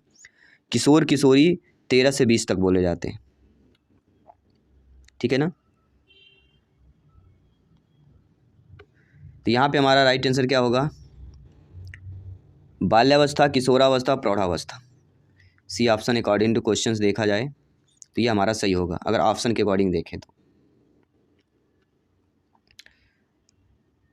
आइए देखते हैं अगला प्रश्न। बहुत ही प्यारा सा प्रश्न पूछा गया है कि विकास में वृद्धि का तात्पर्य क्या होता है।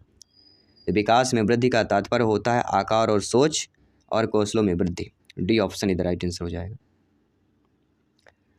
अगला जो प्रश्न है कि शारीरिक विकास का क्षेत्र क्या कहलाता है। तो शारीरिक विकास के क्षेत्र को स्नायु मंडल बोला जाता है। इसके बाद ये और भी कई बार पूछा गया है, देख लीजिए, समझ लीजिएगा कि मानसिक विकास को प्रभावित करने वाले कारक तो वंशानुक्रम भी करता है, परिवार का वातावरण भी करता है, परिवार की सामाजिक स्थितियाँ।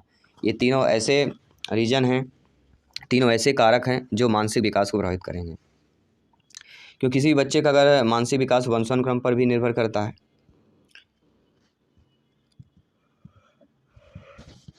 जहाँ बच्चा रह रहा है उसका वातावरण और सामाजिक स्थिति भी निर्भर करती है। अगला है सीखने की प्रोजेक्ट विधि किस अवस्था के लिए उपयोगी होता है। किसी बच्चे को अगर सीखना है उसके लिए जो प्रोजेक्ट विधि होती है, तो सीखने के लिए बच्चा कभी भी सीख सकता है। बाल्यावस्था में भी सीख सकता है, पूर्व बाल्यावस्था में भी सीख सकता है, किशोरावस्था में भी सीख सकता है। उपरोक्त सभी ऑप्शन यहाँ पे सही हो जाएगा। यहाँ पे अक्सर गलती लोग कर देते हैं, सीखना है, प्रोजेक्ट दिया गया है तो कहीं ना कहीं प्राइमरी होगा या बाल्यावस्था में होगा या किशोरावस्था कर देते हैं। बाल्यावस्था क्यों होती, तो बाल्यावस्था होती है तो बाल्यावस्था 6 से लेकर 12 वर्ष तक होती है ना, तो यही पूछा गया किस तक, तो 12 वाला सही हो जाएगा। इसके बाद बढ़ते हैं अगला प्रश्न। बहुत ही प्यारा और न्यारा सा प्रश्न दिया गया है कि निम्नलिखित में से कौन सी किशोरावस्था की मुख्य समस्या है। संवेगात्मक समस्याएं भी आती हैं, शारीरिक परिवर्तन की समस्याएं भी आती हैं, संयोजन की समस्याएं। तो किशोरावस्था की तीनों समस्याएं हैं। अगर उपरोक्त सभी ऑप्शन दिया गया तो उपरोक्त सभी वाले ऑप्शन को हम चयन कर लेंगे, ठीक है, क्योंकि ये सारी समस्याएं आपकी किशोरावस्था की है, इसलिए हम उपरोक्त सभी वाले ऑप्शन को चयन कर लेंगे। विकास शुरू होता है, तो विकास जो शुरू होता है कब से शुरू होता है, प्रसव पूर्वावस्था से ही विकास आपका शुरू हो जाता है। बी ऑप्शन इधर राइट आंसर हो जाएगा। इसके बाद जो अगला प्रश्न है बहुत अच्छा है कि परिपक्वता का संबंध किससे होता है। और परिपक्वता एक ऐसा शब्द है, हर एग्जाम में 2-3 प्रश्न आना ही आना है, बिल्कुल तय है, निश्चित है। किस प्रकार के प्रश्न आ जाए ये निश्चित नहीं, लेकिन प्रश्न आना जरूर है। तो परिपक्वता का संबंध है, भाई कोई भी चीज़ परिपक्व कब होगी, जब उसमें विकास होगा। जब आप अपने आप को विकास करेंगे तब आप परिपक्व बनेंगे। मतलब परिपक्वता का सीधा संबंध अनुभव और अनुवांशिकता से होता है, जो व्यक्ति की भावनात्मक, मानसिक और शरीर रूप से विकसित करने में मदद करता है। तो यहाँ पे विकास जो होगा वो सभी में आ जाता है। वृद्धि एवं विकास का मुख्य सिद्धांत यहाँ पे बताइएगा। तत्परता का, एकता का, व्यक्तित्व अंतर का, इनमें से सभी का। देखिए वृद्धि और विकास का जो सबसे मुख्य सिद्धांत हमारा कहलाता है वह व्यक्तित्व अंतर का सिद्धांत, क्योंकि व्यक्तियों में जो होता है वह डिफरेंस होता है। सभी व्यक्तियों का विकास और वृद्धि एक समान नहीं हो सकती, इसलिए व्यक्तित्व अंतर का सिद्धांत मुख्य हो जाता है। विकास कैसा परिवर्तन होता है, तो विकास एक प्रकार का हमारा गुणात्मक परिवर्तन कहलाता है। विकास कैसा है, गुणात्मक परिवर्तन पे चलता है, ये गुणात्मक परिवर्तन होता है। अगला ऑप्शन निम्नलिखित में से कौन सा विकास का सिद्धांत है। देखिए विकास के सिद्धांतों की बात करें तो सभी विकास की दर समान नहीं होती, बिल्कुल सही बात है। विकास हमेशा रेखीय प्रतीत होता है, यह निरंतर चलने वाली प्रक्रिया नहीं है। विकास सभी प्रक्रियाएं अंतर संबंधित होती हैं। तो सभी लोग जानते हैं इनमें से विकास का जो सिद्धांत सही है कि सभी विकास की दर समान नहीं होती, ये सही होगा। बाकी सारी गलत दिए गए हैं, सारे विकास के विपरीत वाले ऑप्शंस यहाँ पे दिए गए हैं। अगला प्रश्न है कि किस आयु काल में मानसिक विकास अपनी उच्चतम सीमा पर पहुंच जाता है। तो मानसिक विकास किशोरावस्था में उच्चतम पे होता है, जिसे हम 15 से 20 बोल सकते हैं। अब आप बोलेंगे सर ये तो आपके ऑप्शन पे ही नहीं दिया गया है, तब आपका सही क्या होगा। किस आयु काल में मानसिक विकास अपनी उच्चतम सीमा पर पहुंच जाता है। तो 15 वर्ष की आयु तक बालक का उच्चतम मानसिक जो है वो पहुंच जाता है, 15 से 20 वर्ष कह सकते हैं, और 15 वर्ष यहाँ पे एवरेज माना भी गया है। अब आप बोलेंगे किस ऑप्शन को सही कहा जाए, तो यहाँ पे 10 से 15 वाला ऑप्शन हम कर सकते हैं। वैसे ऑप्शन 15 से 20 वर्ष होना चाहिए, लेकिन यहाँ पे ऑप्शंस नहीं है, तो 10 से 15 वाला ऑप्शन हम सही कर लेंगे। अगला जो प्रश्न है और भी आपको इम्पोर्टेंट है, क्यों इम्पोर्टेंट है आप खुद समझ जाएंगे कि मनोविज्ञान सामान्यता मानव खाली स्थान से संबंधित होता है। देखिए मनोविज्ञान समानतः मानव के भावनाओं, विचारों, आचरण इन तीनों से संबंधित होता है। तो उपरोक्त सभी वाला ऑप्शन यहाँ पे सही कर लेंगे। बढ़ते हैं अगले प्रश्न की तरफ। अगला जो प्रश्न दिया गया है कि शिक्षा को किसी व्यक्ति की अपनी ज़िंदगी खालिस्तान बनाने में सक्षम बनाने में होनी चाहिए। देखिए, जब आपकी नियुक्ति होगी, आप लोग अध्यापक अध्यापिका बनेंगे, शिक्षक बनेंगे, क्लास में पढ़ाने जाएंगे, वो सपना जब साकार होगा तो सोचिए, शिक्षा को किसी व्यक्ति की अपनी ही ज़िंदगी में बनाने में सक्षम बनाने वाली कैसी होनी चाहिए, वह सभी संबंधितों के लिए महत्वपूर्ण होता है। यानी शिक्षा को किसी व्यक्ति की अपनी ज़िंदगी सभी संबंधितों के लिए महत्वपूर्ण बनाने में सक्षम बनाने वाली होना चाहिए, सभी संबंधितों के लिए, क्योंकि सभी के लिए समान अवसर है, समान अधिकार है। शिक्षा का उद्देश्य होता है व्यक्ति के या की किसका विकास करना। देखिए, शिक्षा का जो सिर्फ उद्देश्य होता है व्यक्ति के व्यक्तित्व का विकास होना, क्योंकि जब किसी भी व्यक्ति के व्यक्तित्व का विकास हो जाएगा तो उसमें बुद्धिमत्ता भी आ जाएगी, ज्ञान भी आ जाएगा, समझ भी आ जाएगा, सब कुछ उसके पास उपलब्ध हो जाएगा। अगला प्रश्न देखिएगा। अगला प्रश्न है, एक अच्छी उपलब्धि जांच का एक अभिलक्षण निम्नलिखित में से क्या नहीं होता? विधिमान्यता, विश्वसनीयता, द्व्यर्थकता या वस्तुनिष्ठता। सभी लोग जानते हैं एक अच्छी उपलब्धि जांच का एक अभिलक्षण इनमें से क्या नहीं हो सकता। देखिए, एक अच्छी उपलब्धि जांच का जो अभिलक्षण होता है वह विधिमान्यता भी होती है, विश्वसनीयता भी होती है, वस्तुनिष्ठता होनी चाहिए, लेकिन द्व्यर्थकता नहीं होनी चाहिए। किसी के दो अर्थ नहीं निकलना चाहिए। तो ये वाला निगेटिव हो जाएगा, बाकी सारे सही हो जाएंगे। बच्चे का पहला शिक्षक, तो बच्चे का पहला शिक्षक माता पिता ही होते हैं। ये सीटेट एमपीटीटी में भी आया हुआ प्रश्न है। सीटेट एमपीटेट में यह प्रश्न पूछा गया प्रश्न। सारे प्रश्न शिक्षक भर्ती में पूछे गए प्रश्न हैं। निम्नलिखित में से किस एक प्रोजेक्टर सहायता सामग्री नहीं मानी जाती? सभी लोग जानते हैं स्लाइडर प्रोजेक्टर होता है, ओवरहेड होता है, एपिडायस्कोप होता है। ठीक है, कौन कौन से होते हैं सभी लोग बताइएगा। निम्नलिखित में से किस एक प्रोजेक्ट सहायता सामग्री नहीं मानी जाती? देखिए, जब भी प्रोजेक्ट सहायता सामग्री की बात की जाती ब्लैक बोर्ड, क्योंकि ब्लैक बोर्ड में जब लिखेंगे तभी आएगा।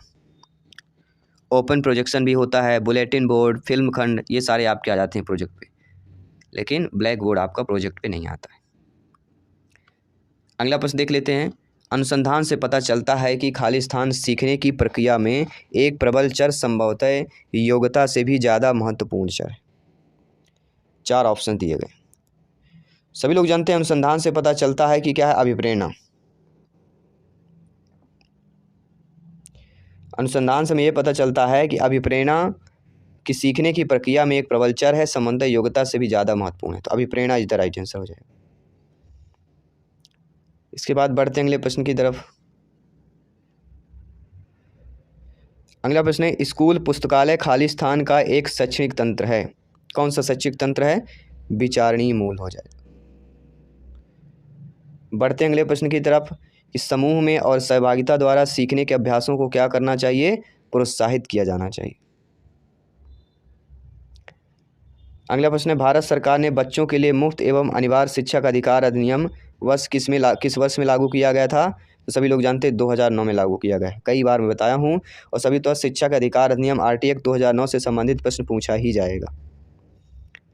राष्ट्रीय पाठचर्या रूपरेखा 2005 के अनुसार अधिगम अपने स्वभाव में खालिस्तान और है। NCF 2005 नेशनल करिकुलम फ्रेमवर्क 2005 के अकॉर्डिंग अधिगम अपने स्वभाव में सक्रिय और सामाजिक होता है। कैसा होता है? सक्रिय और सामाजिक। थर्ड वाला यहाँ पे जो सी ऑप्शन दिया गया वह सही हो जाएगा। शिक्षक एवं विद्यार्थी के मध्य संबंध कैसा होना चाहिए? स्नेह का होना चाहिए, विश्वास का, सम्मान का, इन तीनों को होना चाहिए। अगला जो प्रश्न है, मानसिक विकास को प्रभावित करने वाले कारक कौन कौन से हैं? वंशानुक्रम भी है, परिवार का वातावरण भी, परिवार की सामाजिक स्थिति भी। उपरोक्त सभी हो जाएंगे। शायद ये क्वेश्चन रिपीट हुआ है, एक बार हम क्वेश्चन कर चुके हैं। अगला, एक बच्चे की मानसिक आयु 12 वर्ष एवं वास्तविक आयु 10 वर्ष, तो उसकी बुद्धिलब्धि क्या होगी? ये CTET, MPTET, UPTET, रीट सभी के लिए एग्जाम के लिए है। तो बच्चे की मानसिक आयु अगर 12 वर्ष है और वास्तविक आयु 10 वर्ष है तो उसकी बुद्धिलब्धि बताना है। तो बुद्धिलब्धि के लिए क्या होता है? मानसिक आयु पहले लिखिए, फिर उसकी वास्तविक आयु कर लीजिए और उसमें 100 का गुणा कर लीजिए और उसको सॉल्व कर लीजिए। 1 0 से 1 0 कट गया, 12 का गुणा 10 से करेंगे 120 आ जाएगा, यानी सी ऑप्शन सही हो जाएगा।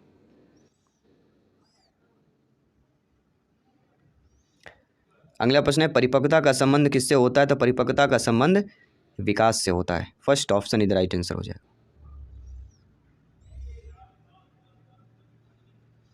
अगला प्रश्न है, बाल्यावस्था होती है, तो बाल्यावस्था कहाँ तक कब तक होती है? 12 वर्ष तक होती है, 6 से लेकर 12 वर्ष तक होती है, सभी लोग जानते हैं।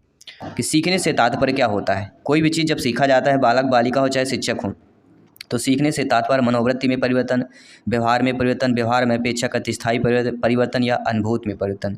तो मेरे प्यारे प्यारे भाइयों के प्यारी प्यारी बहनें, गृहिणी, सभी शिक्षक बंधु, भावी अध्यापक अध्यापिका, आप सभी लोग जानते हैं कि सीखने में तात्पर्य का मतलब होता है व्यवहार में अपेक्षाकृत स्थायी परिवर्तन। कैसा परिवर्तन? स्थायी परिवर्तन इज द राइट आंसर। दूसरा प्रश्न जो प्रीवियस ईयर में आपके आया हुआ प्रश्न है, क्या प्रश्न यहाँ पे पूछा गया था साथियों कि थ्योरी ऑफ माइंड शब्दावली निम्नलिखित में से किन क्षमताओं से संबंधित है। थ्योरी ऑफ माइंड, टेलीपैथिक क्षमताओं का होना, अपना और अन्य लोगों की मानसिक अवस्था, मेटा कॉग्निशन की कमी, या दिए गए सभी विकल्प। तो सभी ब्रदर सिस्टर एंड टीचर सभी कमेंट कीजिएगा। थ्योरी ऑफ माइंड शब्दावली इनमें से जिन क्षमताओं से संबंधित है वह अपना और अन्य लोगों की मानसिक अवस्था। Second option is the right answer. सभी लोग समझते जाइएगा, फीडबैक करते जाइएगा, प्रिपरेशन को मजबूत करते जाइएगा। अगला प्रश्न आपके स्क्रीन पर है। सीखना विकास की प्रक्रिया है, यह कथन किसका है? गेट्स, वुडवर्थ, स्किनर या कोहलर मनोवैज्ञानिक की बात करते हैं। और आपको पता है गेट्स व अन्य का कथन, वुडवर्थ का कथन, स्किनर का कथन, कोहलर का कथन, इनसे कथन से रिलेटेड जरूर प्रश्न आते हैं। तो विकास, सीखना विकास की प्रक्रिया है, यह कथन आपका किसका हो जाता है? तो सीखना विकास की प्रक्रिया है, अर्थात यह कथन कहीं ना कहीं वुडवर्थ की बात करते हैं। वुड यानी लकड़ी, वर्थ यानी जन्म, लकड़ी का जन्म। तो सीखना विकास की प्रक्रिया है, कहीं ना कहीं जन्म की बात करेंगे तो वुडवर्थ की बात करते हैं। अगला है अधिगम का अर्थ क्या होता है? बौद्धिक ज्ञान, भाषा का शुद्ध ज्ञान, व्यक्तित्व का सर्वांगीण विकास या बच्चों को पढ़ाना। तो मेरे प्यारे शिक्षक बंधु आप सभी लोग जानते हैं अधिगम का अर्थ क्या होता है? व्यक्तित्व का सर्वांगीण विकास। सभी लोग ध्यानपूर्वक समझिए, ठीक है। अगला प्रश्न है जो प्रीवियस ईयर में आया हुआ प्रश्न है।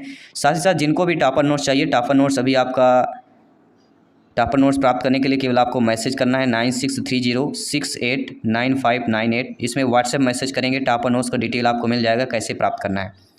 टॉपर नोट्स आइए आपकी तैयारी को 20% बढ़ा देंगे, आपकी जो वीकनेस है वो बिल्कुल मजबूती में बना देंगे, कमजोरी को मजबूत में परिवर्तन हो जाएगा आपका, ठीक है। तो मस्तिष्क का 75% जो विकास है किस आयु में होता है? 2 वर्ष, 5 वर्ष, 10 वर्ष या 21 वर्ष की आयु में होता है? ये प्रीवियस ईयर में आया हुआ प्रश्न है। तो मस्तिष्क का 75% जो विकास होता है किस आयु में होता है? तो लगभग दोस्तों 5 वर्ष की आयु में मस्तिष्क का विकास हो जाता है, 75% हो जाता है। अगला प्रश्न है और भी इम्पोर्टेंट है, संभावित प्रश्न है कि सीखने के लिए अत्यधिक महत्वपूर्ण क्या होता है? प्रेरणा का होना, निरर्थक पद, स्मृति मापन उपकरण, तेज गति से पढ़ने की क्षमता। तो आप सभी लोग जानते हैं इनमें सबसे जो पॉजिटिव ऑप्शन दिया गया है सकारात्मक शब्द वह है प्रेरणा। तो सीखने के लिए अत्यधिक महत्वपूर्ण प्रेरणा का होना जरूरी है। आपके लिए क्यों होगा? आपको अगर क्वालिफाइड एग्जाम करना है, शिक्षक भर्ती में सिलेक्शन पाना है तो आपके अंदर प्रेरणा होनी चाहिए। आपके अंदर किसकी प्रेरणा होनी चाहिए? मेरे को शिक्षक बनना है, मुझे टीचर बनना है, तभी आप पढ़ेंगे। तो ये प्रेरणा बहुत ही इंपॉर्टेंट है। सीखने की परिघटना में आवश्यक घटक नहीं है, नहीं वाले ज़्यादातर एग्जाम में पूछे जाते हैं, आप सभी लोग जानते ही होंगे, ठीक है। सीखने की परिघटना में क्या क्या शामिल होते हैं? अधिगमकर्ता, आंतरिक अवस्था, प्रेरक या शिक्षक। तो आप सभी लोग पहले ये जानना जरूरी होता है क्या शामिल होता है। देखिए अधिगमकर्ता, आंतरिक अवस्था, प्रेरक, ये तीनों अलग आपको दिख रहे हैं, लेकिन शिक्षक यहाँ पे अलग दिख रहा होगा ऑप्शन, ठीक है। तो अधिगमकर्ता, आंतरिक अवस्था, प्रेरक, ये तीनों क्या होंगे? सीखने की परिघटना के आवश्यक घटक कहला जाएंगे। ये तीनों आवश्यक घटक, लेकिन आपका जो शिक्षक है यहाँ पे सीखने की परिघटना में आवश्यक घटक नहीं है, लेकिन सीखने के लिए अधिगमकर्ता चाहिए, आंतरिक अवस्था चाहिए और प्रेरक, ये चीज़ें आपकी जरूरी है। अगला प्रश्न है बालकों में सीखने पर जो है सर्वाधिक प्रभाव पड़ता है, किस पर पड़ता है? प्रेरणा का, रुचि का, बौद्धिक योग्यता का या शारीरिक संगठन का। तो बालकों में सीखने पर सर्वाधिक प्रभाव किसका? प्रेरणा का पड़ता है, ठीक है। आइए बता ही चुके हैं, किसी प्रकार का भी ऑप्शन आए आपसे जरूर A to Z बनना चाहिए। अगला प्रश्न है बच्चे का माप अगर 32 से 34 इंच के बीच होता है तो वह बच्चा किस माह का होगा? 12 माह, 15 माह, 18 माह, 24 माह। ये पिछले ईयर में आया हुआ प्रश्न है। तो बच्चे का माप अगर 32 से 34 इंच के बीच है तो वह बच्चा लगभग 24 माह अर्थात 2 वर्ष का कह सकते हैं। और अगला प्रश्न है कि बालक सर्वप्रथम कौन सी क्रिया करता है? जब बच्चा पैदा होता है, बालक पैदा होता है तो सर्वप्रथम कौन सी क्रिया करता है? भाव का प्रदर्शन, पढ़ना, लिखना, चलना, किसका करता है? तो बालक सर्वप्रथम जो क्रिया करता है वह भाव प्रदर्शन ही होता है, ठीक है। पढ़ना, लिखना, चलना ये बात, लेकिन पहले भाव दिखाएगा। रुलाने वाला मुंह अलग बताएगा, क्रोधित हंसने वाला अलग मुख होगा, तो भाव प्रकट करता है पहले, ठीक है। अगला है अनुभव द्वारा व्यवहार में परिवर्तन लाना ही अधिगम है, या किसका है? क्रोयम, क्रो, गेट्स, स्किनर, गिलफोर्ड। अब आपको पता है 5 से 6 प्रश्न आएंगे स्टेटमेंट परिभाषाएं वाले। ये आपको जब A to Z बनेंगी, जब आपको पता होगा तभी आप सही सटीक लगा पाएंगे, क्योंकि यहाँ पे ट्रिक कार नहीं करती, लेकिन फिर भी हम आपको एक पहचानने की ट्रिक बताएंगे। अनुभव द्वारा व्यवहार में परिवर्तन लाना ही अधिगम है, किसका कहना है? गेट्स का कथन है। अनुभव द्वारा द्वार में गेट्स आएँ, अतिथि आएँ तो कहीं न कहीं सभी लोग जानते हैं, हमारे द्वार में कोई अतिथि या गेट्स आते हैं तो उनका मान-सम्मान करते हैं, ठीक है? तो अनुभव द्वारा व्यवहार में परिवर्तन मतलब व्यवहार में परिवर्तन करते हैं। तो अनुभव द्वारा व्यवहार में परिवर्तन लाना अधिगम में किसका? गेट्स का कथन है, द्वारा। अनुभव द्वारा मतलब गेट्स, याद रखिए। हर एक क्वेश्चन का हम ट्रिक आपको बता सकते हैं, केवल ये माइंड की मेमोरी में A to Z आपको सेव करते जाना है। डीवी सीखने का आधार किसे मानते हैं? क्रियाओं का, आत्मा का, बुद्धि का या ज्ञानेंद्रियों का? तो जॉन डीवी की बात आई है और जॉन डीवी से आपके एग्जाम में प्रश्न आता ही आता है, नो डाउट। तो जॉन डीवी सीखने का आधार किसे मानते हैं? जॉन डीवी सीखने का आधार क्रियाओं का मानते हैं। अगर आपको सीखना तो क्रिया करना पड़ेगा, क्रिया अर्थात पढ़ना पड़ेगा, लिखना पड़ेगा, समझना पड़ेगा, ये सभी क्रियाएँ होती हैं पढ़ने के लिए, सफलता प्राप्त करने के लिए। अगला, अधिगम के विकास में इनमें से सबसे महत्वपूर्ण क्या होता है? व्यस्त विद्यालय कार्यक्रम, अधिक पाठ्य पुस्तकें, अधिगम उत्प्रेरित वातावरण या उत्सुक माता पिता। सारे ऑप्शंस कह रहे हैं मैं सही होऊंगा, मैं सही होऊंगा, यानी सारे ऑप्शन आपको पॉजिटिव है। लेकिन अधिगम के विकास में सबसे महत्वपूर्ण अगर बात आता है तो कहीं ना कहीं उत्प्रेरित की बात होती है, अधिगम उत्प्रेरित वातावरण। क्योंकि अधिगम का विकास है तो अधिगम का उत्प्रेरित का वातावरण बहुत जरूरी है। उत्प्रेरित वातावरण, वातावरण तुम समझ गए होंगे, चारों हमारे आसपास का वातावरण क्रिएट होना। और सफलता का सबसे बड़ा जो इम्पोर्टेंट रोल होता है वातावरण, इन्वायरमेंट का, जहाँ पर रह रहे हैं, जहाँ आप जिस चीज़ें से रह रहे हैं, आपके लोग जिस तरह से रह रहे हैं, वो बहुत इंपॉर्टेंट करता है, ध्यान रखिएगा।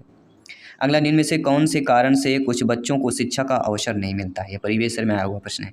शिक्षा में पृथक्करण की प्रथा, स्कूल जाने के उनमें स्कूल ना जा पाना, कोड वाला दिया गया था और यही इसी प्रकार से पूछे जाते हैं, ठीक है। तो निम्नलिखित में से कारण से बच्चों को शिक्षा का अवसर नहीं मिलता है, किस कारण से नहीं मिलता है?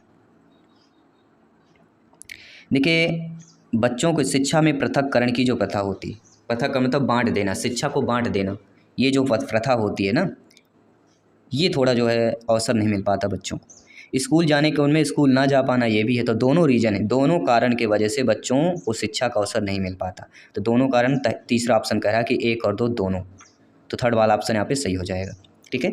और इसी प्रकार के पिछली बार जो है एग्जाम में पूछे गए थे। अगला, कि सीखने की असफलताओं का कारण समझने की असफलताएं हैं, ये कथन किसका है? पालाव, स्नर, मार्शल, वुडवर्थ। तो अगर आप जानते हैं वीडियो पॉज कर कमेंट अवश्य कीजिएगा। सीखने की असफलताओं का कारण समझने की असफलताएं हैं, यह कथन मार्शल का कथन है, ध्यान रखिए। सभी लोग समझ रहे हैं, बहुत बहुत धन्यवाद सभी का। जायसवाल सर हाथ जोड़कर आप सभी का अभिनंदन और स्वागत करते हैं। अगला, सीखना किस प्रकार की गतिविधियां हैं? व्यक्तिगत, सामाजिक, व्यवहारिक या ये सभी? तो सीखना किस प्रकार की गतिविधियां कहलाती? तो सीखना जो है एक सामाजिक गतिविधि है। सभी लोग यहाँ पे सीखना जो है आपका व्यक्तिगत, सामाजिक, व्यवहारिक ये सभी वाला भी कह लेते हैं। तो कहीं ना कहीं सीखते जो हैं तो हम गतिविधि अगर पूछे किस प्रकार की गतिविधि होगी सीखना, तो सामाजिक गतिविधि हो जाती है, ठीक है। अगला ऑप्शन देख लेते हैं, यहाँ पे सभी लोग कमेंट कीजिएगा, ध्यानपूर्वक सभी लोग समझिए, कमेंट कीजिएगा।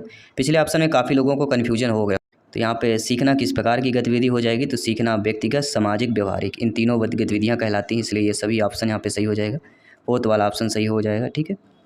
अगला जो प्रश्न दिया गया यहाँ पे सभी लोगों को ध्यानपूर्वक देखना है और समझना है कि सीखने के सफल अनुभव अधिक सीखने की प्रेरणा देते हैं, यह कथन किसका है? जी हाँ साथियों, जो सीखने के सफल अनुभव होते हैं, यानी जो आपने सीखा है उस सीखने पर आप सफल हुए हैं तो आपका सफल अनुभव हो गया, और अधिक सीखने की ये प्रेरणा भी देते हैं, क्योंकि आप सीखने पर सफल हुए हैं तो अगर आपका अगला कदम और सफल होना तो फिर और सीखेंगे आप।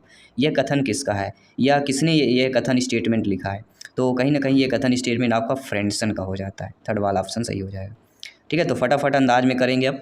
थांडाइक ने अधिगम के कितने गौड़ नियम बताए हैं? तो थांडाइक ने अधिगम के गौड़ नियम 5 बताए हैं और मुख्य नियम 3 बताए हैं, और इनके नियमों से संबंधित अब प्रश्न आता है। सेकेंडरी लॉ कौन है? गौड़ नियम का मतलब होता है सेकेंडरी लॉ।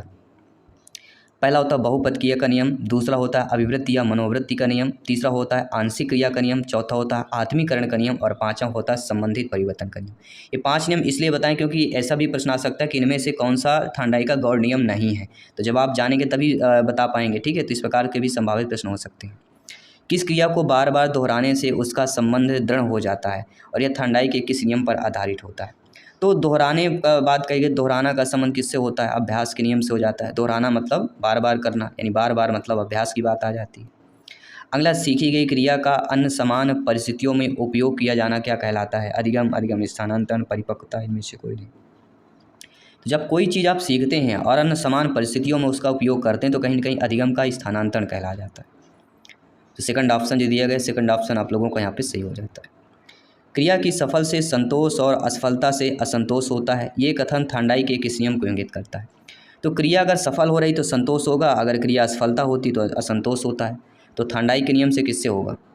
तो कहीं ना कहीं तत्परता या प्रभाव का होगा, अभ्यास का तो हो नहीं सकता। तो कहीं ना कहीं ये प्रभाव डाल रहा है ना, अगर सफल हो रहे हैं तो संतोष आ रहा है, असफल होता है संतोष, तो ये प्रभाव का नियम कहला जाएगा। ठीक है, तो ऐसे एग्जाम्पल के द्वारा आपके नियम पूछे जाएंगे अब। ठीक है, बालक की विकास की प्रक्रिया कैसे बढ़ती है? प्रीवियस ईयर में आया हुआ प्रश्न है। सरल से जटिल, जटिल से सरल, विशिष्ट से समान या समान से विशिष्ट।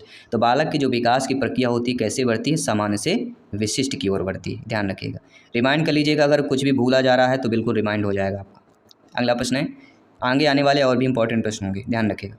वाइगोस्की बच्चों के सीखने में इनमें से किस कारक की महत्वपूर्ण भूमिका पर बल देते हैं? और सभी लोगों को पता है वाइगोस्की से संबंधित पेडागॉजी में प्रश्न पूछा ही जाता है। और वाइगोस्की का संबंध सामाजिक शब्द से है, समाज शब्द से, सभी लोग जानते हैं। तो वाइगोस्की में बच्चों को जो है जिस कारक की महत्वपूर्ण भूमिका पर बल देते हैं वह कारक सामाजिक कारक। सभी लोग समझ गए? अगला प्रश्न, श्यामपट्ट को शिक्षण साधन सामग्री किस समूह में जो है सम्मिलित किया जा सकता है? तो श्यामपट्ट की बात आई है और श्यामपट्ट से रिलेटेड शिक्षण साधन है, सामग्री है, तो कहीं ना कहीं श्यामपट्ट दृश्य साधन आता है, क्योंकि श्यामपट्ट के द्वारा ही बच्चे सुन पाते हैं, देख सकते हैं। तो दृश्य श्रव्य दृश्य शब्द या श्रव्य दृश्य, इससे एक प्रश्न तो आना ही है, सभी लोग जानते हैं। ठीक है, कक्षा अध्यापन में दृश्य साधन के रूप में किसका सर्वाधिक उपयोग होता है? तो कक्षा अध्यापन में अगर दृश्य साधन के रूप में देखें तो कहीं ना कहीं जिसका जो सर्वाधिक उपयोग होता है किसका होता है? सभी लोग बताइए। ग्राफ, चार्ट, ब्लैक बोर्ड, रेखाचित्र, चारों ऑप्शंस मजबूत ऑप्शंस है, लेकिन दृश्य साधन में आपका जो सर्वाधिक अगर प्रयोग में रूप आने वाला हो तो वह कौन होगा? सभी लोग ब्लैक बोर्ड करेंगे यहाँ पे। ठीक है, लेकिन कक्षा अध्यापन में दृश्य साधन के रूप में ग्राफ भी आता है, चार्ट भी आता है। ठीक है, तो ग्राफ बनाना एक अलग है, क्योंकि ग्राफ आपके बोर्ड पर ही बनाया जा सकता है। तो ग्राफ एक यहाँ पे कक्षा अध्यापन में दृश्य साधन के रूप में विकास सर्वाधिक प्रयोग की बात करते हैं, दृश्य साधन में प्रयोग की। अगला, घनिष्ठ मित्रता की प्रवृत्ति पाई जाती है। तो घनिष्ठ मित्रता की प्रवृत्ति किशोरावस्था में ज़्यादा पाई जाती है, 12 से लेकर 18 वर्ष तक की अवस्था। इसके बाद साथियों अगला प्रश्न जो और भी आपको इंपॉर्टेंट हो जाता है कि शारीरिक विकास का क्षेत्र क्या कहलाता है? स्नायुमंडल, मांसपेशियों की वृद्धि, इंडोसिन ग्लैंड, ये सभी कहलाती हैं। तो शारीरिक विकास के क्षेत्र पूछे जा रहे हैं। तो शारीरिक विकास के क्षेत्र स्नायुमंडल भी होता है, मांसपेशियों की वृद्धि भी हो जाएंगी, इंडोसिन ग्लैंडल भी हो जाएगा, यानी अर्थात ये सभी हो जाएंगे। तो फोर्थ ऑप्शन जो दिया गया है वह आप लोगों का सही हो जाएगा। अगला प्रश्न जो कई बार पूछा गया है कि वीर पूजा की भावना किस अवस्था की विशेषता होती है? आपके शैशवावस्था, बाल्यावस्था, किशोरावस्था। तो आप सभी लोग जानते समझते हैं, ज्ञानी सर्वव्याख्याता लोग हैं कि वीर पूजा अर्थात उत्साह की बात करते हैं। ठीक है, तो ध्यानपूर्वक समझना है सभी को। वीर पूजा की भावना किस अवस्था की विशेषता कहलाती है? तो कहीं ना कहीं आपके किशोरावस्था में होता है, क्योंकि किशोरावस्था में मन चंचलता होता है, भूलने भटकने की अवस्था कहलाती है। ठीक है, सभी लोग समझ गए। अगला प्रश्न है कि विकास की किस अवस्था को आंधी और तूफान की अवस्था कहा जाता है? तो कहीं ना कहीं आंधी तूफान का जिक्र होता है तो एक ही नाम आता है, एक ही अवस्था आती है, वह होती किशोरावस्था। ठीक है, आंधी तूफान की अवस्था होती है, क्योंकि इस अवस्था में बच्चा आगे पीछे नहीं देखता है, कई चीज़ें ऐसी है बिना सोचे करने लगता है। किशोरावस्था बड़े संघर्ष, तनाव, विरोध की अवस्था है। यह कथन किसका है? तो सभी लोग जानते हैं ये कथन आपके किसके है? स्टेनले हॉल जी का है, क्योंकि कई बार शिक्षक भर्ती में पूछा गया है। अगला, कल्पना मानसिक हस्त व्यापार है, किसने कहा है? रॉस, वुडवर्थ, मन या आलपोर्ट? किसने कहा है? कल्पना की बात कर रहे हैं, तो कल्पना मानसिक हस्त व्यापार है, ध्यान रखिएगा। तो हस्त व्यापार किसने कहा है? मन, क्योंकि मानसिक की बात करेंगे तो मानसिक का संबंध मन से हो जाता है। Third option is the right answer, याद रखिएगा। अगला प्रश्न है, चिंतन मानसिक क्रिया का ज्ञानात्मक पक्ष है, और यह परिभाषा वुडवर्थ, रॉस, हरलॉक या स्पेंसर की बात आती है। सभी लोग बताइए, ध्यान पर समझिए। तो चिंतन मानसिक क्रिया का ज्ञानात्मक पक्ष है, ये जो परिभाषा है रास महोदय जी की है, क्योंकि इनको ज्ञानात्मक पक्ष बहुत रास आता है, ज्ञान की चीज़ें इनको रास आती है, और आपको भी आनी चाहिए, क्योंकि जो ज्ञान को लेके चलता है वह हमेशा सफल होता है। चिंतन की जैसे सर्वश्रेष्ठ चिंतन की बात करते हैं तो कहीं ना कहीं तार्किक चिंतन आता है। ठीक है, अगला प्रश्न जो प्रीवियस ईयर में आया हुआ प्रश्न है कि प्राणी निम्नलिखित में से कौन सा घटक मंदबुद्ध बालक के लिए आवश्यक नहीं होता?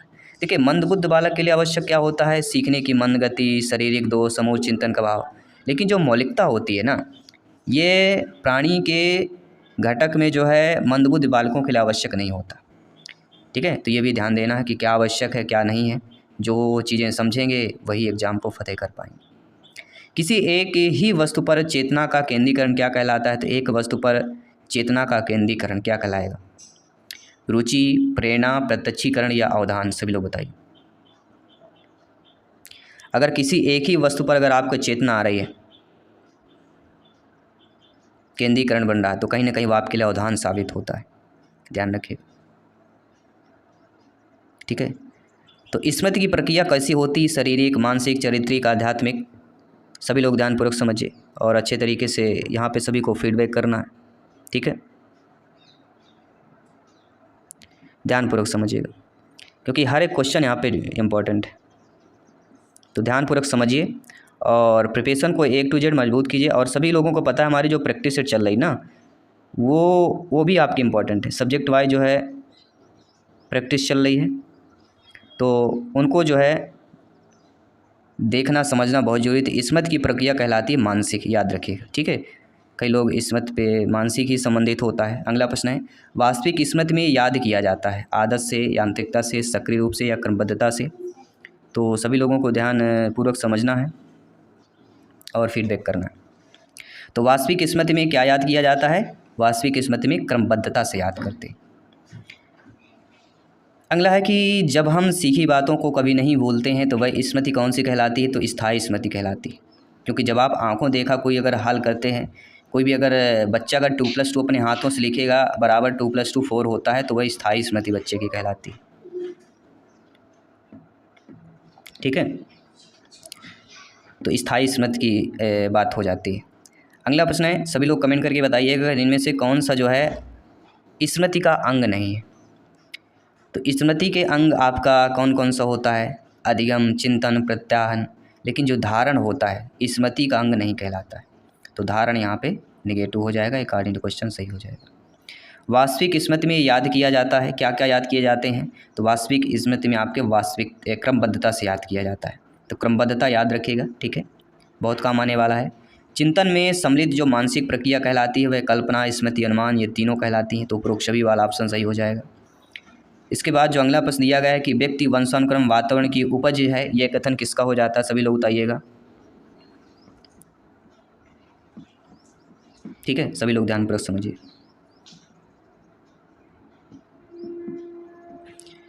तो आई होप सभी लोग सोच लिया आपने।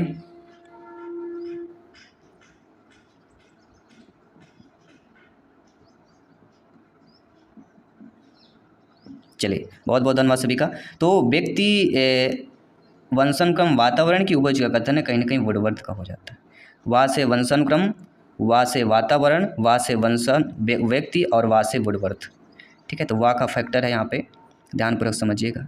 अगला, सीखने की खेल विधि उपयोगी है, तो खेल विधि बात आती है तो कहीं ना कहीं बाल्यावस्था के लिए होती है, आप सभी लोग जानते हैं। ठीक है, तो ध्यानपूर्वक चीज़ों को समझना है और सभी लोगों को जो है फीडबैक भी करना है,